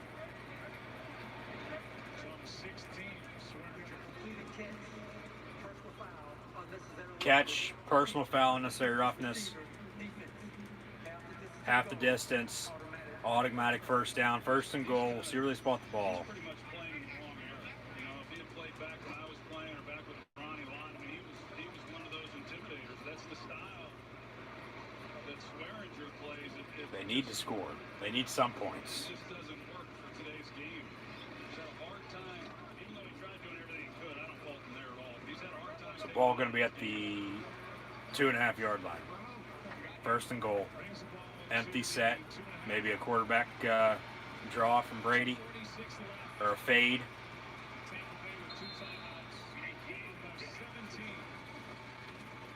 We got a fade back corner.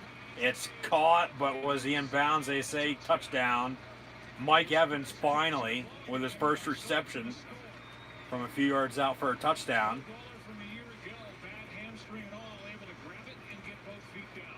He caught it. Right's in, left's in. That's a touchdown. Brady now with 2 passing and 1 rushing touchdowns here this afternoon.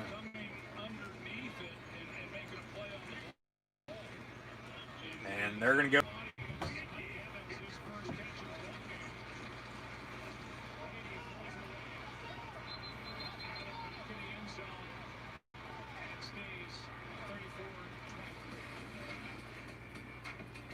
Let's give you the highlights.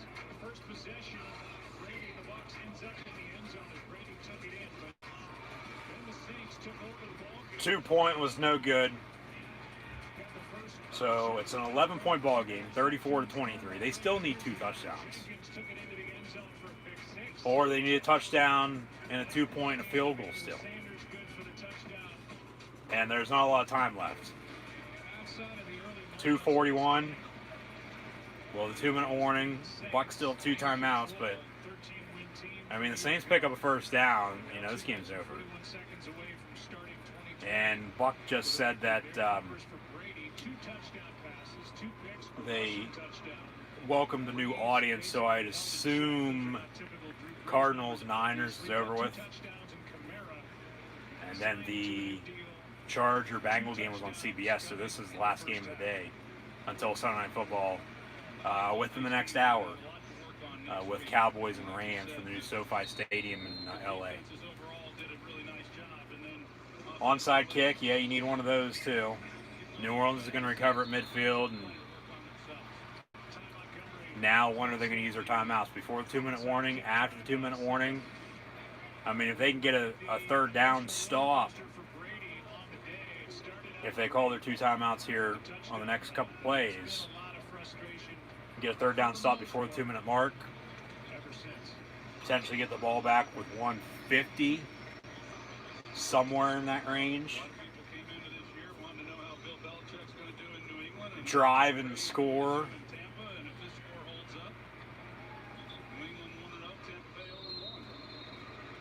You got to be quick about it though, and then potentially try to get the ball back with another onside kick, and then score again and win it. I highly doubt it, because all New Orleans is going to do is run the ball. Drew Brees. I do think that, we talk about the roster and the job that they've done with depth and the offensive line and signing their guys. They've had good depth, it seems like, all the years while Brees has been here at the running back position. They certainly found a gem in Alvin Kamara, and then Second down and 5. Taysom Hill in motion. have him take some of the load off. Bubble screen to him, and now Taysom Hill's going to throw, and Alvin Kamara wide open to the 25-yard line as they hit a trick play here to pick up a big first down to put the dagger in a few inches more.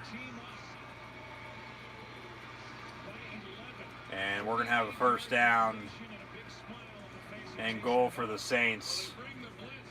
And Tampa Bay, I don't even think is going to use their timeout, because this game's over with. That was a good play call. It was. I mean, caught me off surprise. He's obviously not expecting Kamara to go out on the route, but he was the one who would have been locked up. But once he came off the edge, they're short one guy, and the perfect call. Yeah, good play call. Sean Payton in that situation to get the first down. And Tampa got beat today. They got beat. No, Tampa did call their third and final timeout, 2:19. 3 snaps last year at wide receiver, 75 at tight end, 41 at quarterback, 21 at running back. And you just never know where number 7's going to line up. Now he's on the sideline. Yeah, and you think about Sean McVay, the young guy coming in, and all those assistants that have gone on and had their opportunities, and yet here's Sean Payton. He's been doing it a long, long time. First and goal. Brees going to hand off again. Murray gets the 5-yard line. We'll now get to the 2-minute warning. We'll have 2 minutes to play. Second and goal. St. Paul up 11:34 to 23. All Brees is going to have to do is take a few kneel downs when we return, and ball game. Saints are going to win it. Tampa flat out got beat today. Only because they beat themselves. They had stupid penalties. They had big turnovers that cost them. A few penalties. Blocked 54-yard field goal. Didn't get all their playmakers involved. There's a whole list of things that they could have and now need to do better moving forward. But eventually, we'll get there. Eventually, we'll get there. And eventually, the Bucs are going to be okay. They'll be fine. I just don't want to hear all week, but we're still going to be hearing it. Oh, they're not good. They suck. Brady made the wrong decision, and when, are they now going to win a game since they lost, and blah, blah, blah, blah, blah, just all that. So, the Bengals, they lose on a missed field goal. So the Chargers with the road win.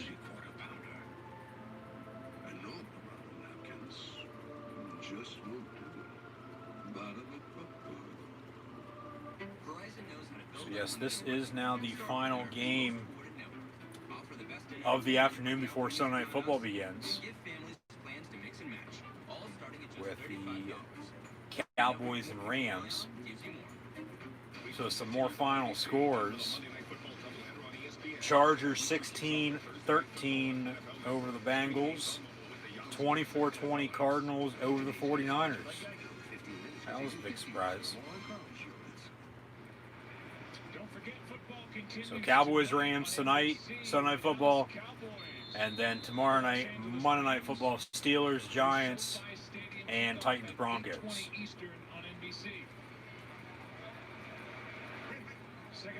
Second and goal. Breeze actually going to hand off here to Alvin Kamara. He got hit from behind on the ankle by Latavius Murray. So those are That previous play, watch as Murray goes down the other games that are to the or that were on. leg. That's scary. Yeah, he was Well, final stats of this in a second as well, so stay tuned. gets rolled up, and he was able to at least escape. Like you said, he came off limping. I'm sure that ankle's going to be awfully sore tomorrow. But it sure looks like it could have been a whole lot worse.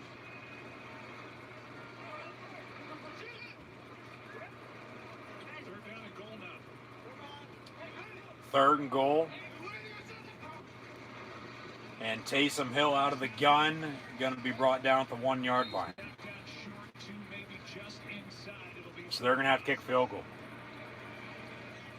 Next, it's the OT presented by Kick field goal or even just good complimentary football by the Saints. The offense really wasn't clicking like we're used to seeing. take it down to Special teams, good defense. 30-odd seconds, call your timeout, which they're going to do. Start the season 1-0. And then, I mean, potentially just even take another knee. You would expect. And then, yeah, that's the ball game. Come in here and, like we said, Yeah, because we're under 40 seconds now on the game clock.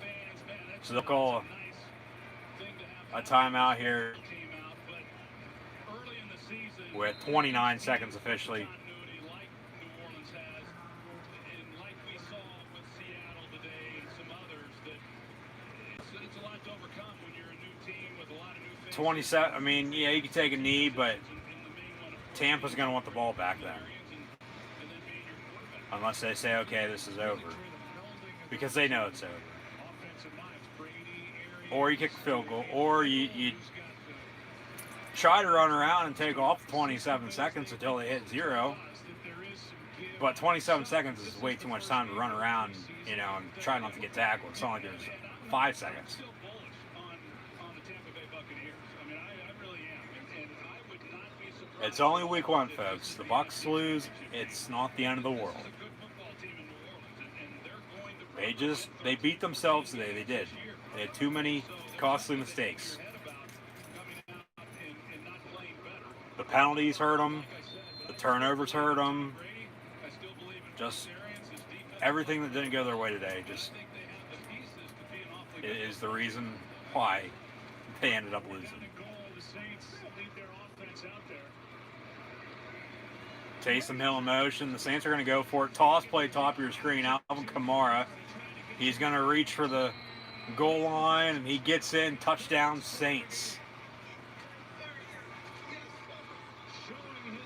I wouldn't necessarily say running up the score, but, I mean, a few people might say that. But what else were they supposed to do in that situation? I mean, yeah, they kick a field goal, and Tampa gets the ball back, or they can run a play, which they did. He might have stepped out. But the ball looked to be in the end zone by that point, so that's probably going to stand as a touchdown, I think, because of the touchdown on the field. Maybe, maybe not, though. We'll see. They'll probably look at it. I mean, and they don't even need to review this either because it's the end of the game. And they know, along with both teams, the officials, they know this game's over with. Yeah, that's going to get overturned. He's out that inch line. His left foot is out the half-yard line. The ball's on the end zone. And then Tampa's going to have 1st and 10 at the inch line. And they're going to have to fullback dive it or sneak it with Brady, you know, just to gain some breathing room because if they take a knee, you know, they're in the end zone, and that's a safety, and then the Saints are going to get the ball back, and then they'll take a knee, and then the game's over. Not the way you want to get mentioned on television, but you got mentioned. Listen, Ben Altop moves faster behind that camera than Kamara did to the pylon there a moment ago. You cannot fault that. It is a scoring touchdown, so it's automatically reviewed, but still.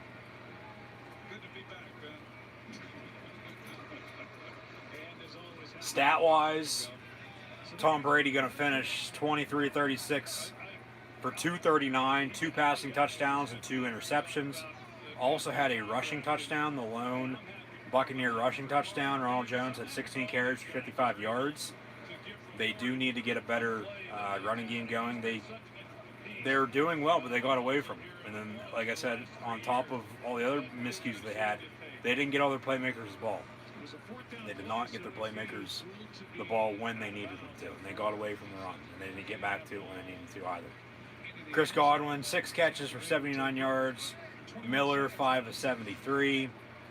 O.J. Howard, 4 catches, 36 yards, and a touchdown. Mike Evans had the other touchdown, 1 catch for 2 yards. And then Ronald Jones, 2 of 16. Fournette, 1 of 14. Gronk only had 2 catches for 11 yards. And Drew Brees and the Saints with the win, 34-23, but maybe 41-23 if this touchdown stands and holds up here. Brees right now 18 of 30 for 160 and 2 touchdowns. That might change here. And then Murray, 15 carries, for 48 yards. Turnover on down, so now 1st down and 10. Bucs at the inch line. So they're going to have to run the ball. Try not to get a safety now. So it'll be 34-23 your final score. Latavius Murray, 15 carries, 48 yards. Alvin Kamara, 11 carries, 15 yards and a touchdown. Taysom Hill, 3 of 13. And then Jared Cook led the way receiving for New Orleans. 5 catches, 80 yards. Kamara, 5 of 51 and a touchdown. Michael Thomas, 3 of 17. Emmanuel Sanders, 3 of 15 and a score. And then Taysom Hill also had 1 catch for 14 yards. Brady under center at the 1-yard line. Yeah, they have to run the ball. I mean, what else are you going to do? Hand off Ronald Jones, so we'll tack on 11 more yards to his totals for the afternoon. And that'll do it.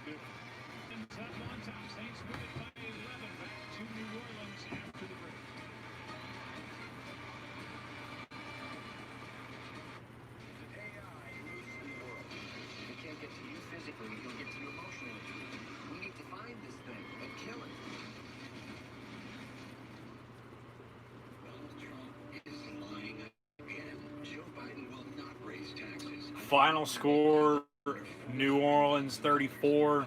Would become permanently depleted by the middle of calendar year 2023. If Trump gets his way, Social Security benefits will run out in just 3 years from now. Don't let it happen. Joe Biden will protect Social Security. I'm Joe Biden, and I approve this message. Fox 8, the place to be.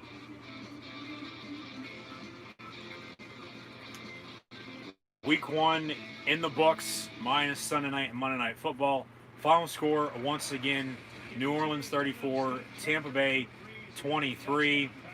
You should also tune back in tomorrow night for more live reactions, play-by-play. Sorry for any technical difficulties here. Thank you once again for tuning in and watching. Earlier today, Bill Belichick and the Patriots picked up the win 21-11 over the Dolphins. However, Tom Brady and the Buccaneers were unable to defeat Drew Brees and the Saints on the road, losing by 11. Once again, Saints 34, Buccaneers 23. Thank you once again for tuning in and watching. Be sure to also tune back in tomorrow night. Steelers, Giants, Monday Night Football, as the Saints win today 34-23. Next Monday night, the Saints go on the road to the Vegas Raiders on Monday Night Football. Thinking a little too far ahead right now. But be sure to also tune back in tomorrow night. Steelers, Giants, Monday Night Football, WWE, Monday Night Raw live reactions. And also now next weekend as well for more live reactions. Play-by-play, like, follow, and subscribe as always on social media. Links in the description below. And hopefully I'll see everybody tomorrow night for Steelers, Giants, and WWE Monday Night Raw live reactions. Play-by-play, once again, Saints beat the Bucs 34-23.